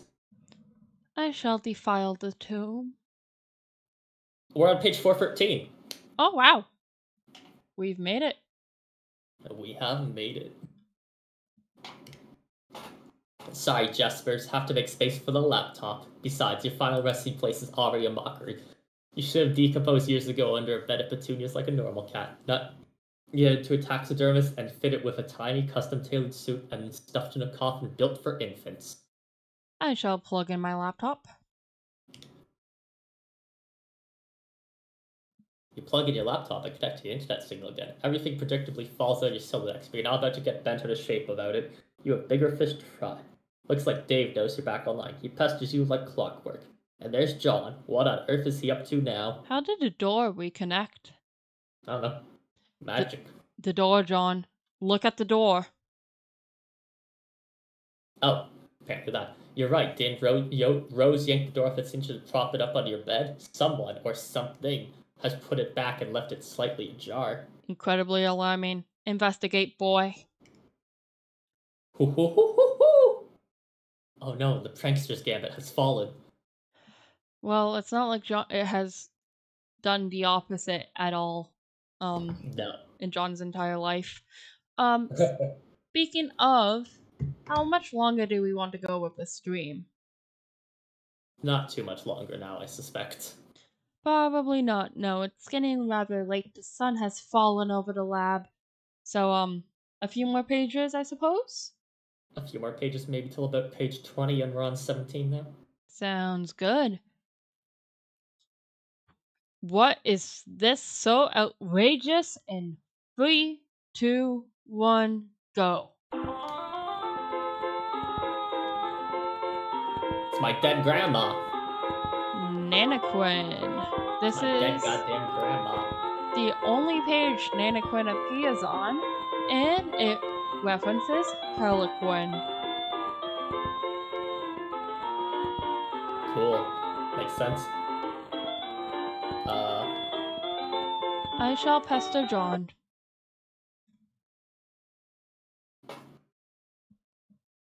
Oh, there you are. John said your house was burning down. Are you on fire yet, or what? No, for now I have retired to the safety of a smaller building, which is much closer to the forest fire threatening my residence. Oh, well, that's a relief. John told me to get the game to help you get out of there, so I'm working on that now. Working on it? Yeah, my bro's copy. Long story. Hey, don't tell John this, but I think he might have been right about the puppets. The store's starting to freak me out a little. You're referring to your brother's collection. I mean, don't get me wrong, I think it's cool and all, the semi-ironic puppet thing or whatever, or semi-ironic, man, I don't even know. I'm just starting to think some of this shit is going a little too far, it's kind of fucked up. I've seen his websites. I like them. Haha, yeah, well, you would. Oh man, I wish Lil Cow wouldn't look at me like that with his dead eyes. Jesus, sometimes I dream that he's real, he's talking to me, and I wake up in a cold sweat and basically flip the fuck out. Interesting. Oh god, why'd I just tell you my dream? You're gonna have a fucking field day with that. I'm currently scrawling notes furiously into one of the many psychoanalyst journals I maintain for you. Published papers for coming. Because, it's not like either of us have anything better to do at the moment than evaluate each other's radically debilitating pathologies. Yeah, I'm gonna get moving. Oh, have you heard from John? He's not answering me. He won't answer me either, but I am watching him. I suspect he's preoccupied with the fact he just had a bucket of water jumped on his head by the ghost of his dead grandmother, who also happens to be dressed like a clown. Alright, I'm out. Later. Interrogate this mad woman. Nana? Am I Nana? I guess I would be Nana Sprite. You would be Nana's, right? Oh god, I don't know. I can't do like that classic old woman voice. Yes, dear? Wow, you scared the living daylights out of me. Hoo hoo hoo. Well, I guess it was a really good prank. Good one, Nana. Anyways, are you really my dead Nana? Of course, John. I have come back to help you on your journey through the medium and beyond. I am delighted to see what a fine young man you've turned out to be, just like your father. Okay, I guess I will take your word for it. I don't remember you at all. My dad said I was pretty young when you died. Hey, speaking of which, do you know where he is? I looked everywhere for him. This is page 20. Shall we continue it maybe to a decent stopping point in the next perspective change or something? Yeah, that would probably be best. Okay, I shall continue. Your father was kidnapped. Oh no. When he crossed over to the medium, he was apprehended by the very forces of darkness which your presence here has awakened. What? Okay, so what is the medium you were talking about? It is where we are now, a realm that is ring of pure void, dividing light and darkness. It turns into the thick of the symphosphere, a place untouched by the flow of time in your universe. Why is my Nana voice Patrick Seit's trans woman voice? Because it's a good voice. You mean because we are inside a computer or in the game software or something? A computer? Why, what is that? Some newfangled contraption like the horseless auto boxcar? Well, it's like this machine that, Hoo-hoo-hoo! Of course I know what a computer is, John. I was pulling your leg. Hoo-hoo-hoo! Oh, okay. No, John. You are not inside a computer or software or anything like that. Try not to be so linear, dear. The software that brought you here was merely a mechanism that served as a gateway. Routines in a way so that to invoke this realm's instance, yet it stands independently of any physical machine and is somewhat periodically, always has. I'm not sure I get it, but alright. So what do I actually need to be doing here? I think it would be best if we started with the big picture. Oh, that's gonna be a long lore one. Is this a good place to stop, or is it a I bad think- place to stop because then we'd start the stream off here? I think it's fine starting the stream off with lore. Sounds good then. Well, thank you for having me for once again. Thank you for having me, Dilly. Very happy to make more progress. We read, I don't know how much we read, but we went for about 3 hours, which is rather kick-ass of us, I believe. Yes, we did quite excellently on it. Well, I'll go and say goodbye to my chat, and you can go say goodbye to your audience, but see you next week for. Yes, see you next week and definitely not a second before that. Absolutely not. Alright, be seeing ya. And I am back alone in my side. Oh, I did not deafen, so for heard all that. Really, I should just leave the call. I don't have a leave call button on my stream deck. Okay, here we go. So, another successful Homestuck stream, if I do say so myself. Remember, if you missed the first one, or if you came in late, or for any reason that you may have missed anything, don't forget to check back in the VOD that will be posted soon after this is done. And don't forget to check the previous stream. There's a playlist that will hold all my Homestuck streams. But thank you all for tuning in. Thank you for going along with this extremely fun bullshit. And I'll be seeing you all probably on Thursday. Because I'm hoping to start either it will be another Dilly's demo, or it will be a mini series on this channel with a game I bought a while ago with the intention to stream, and then I forgot I bought it. So, thank you all for tuning in, and everyone have a good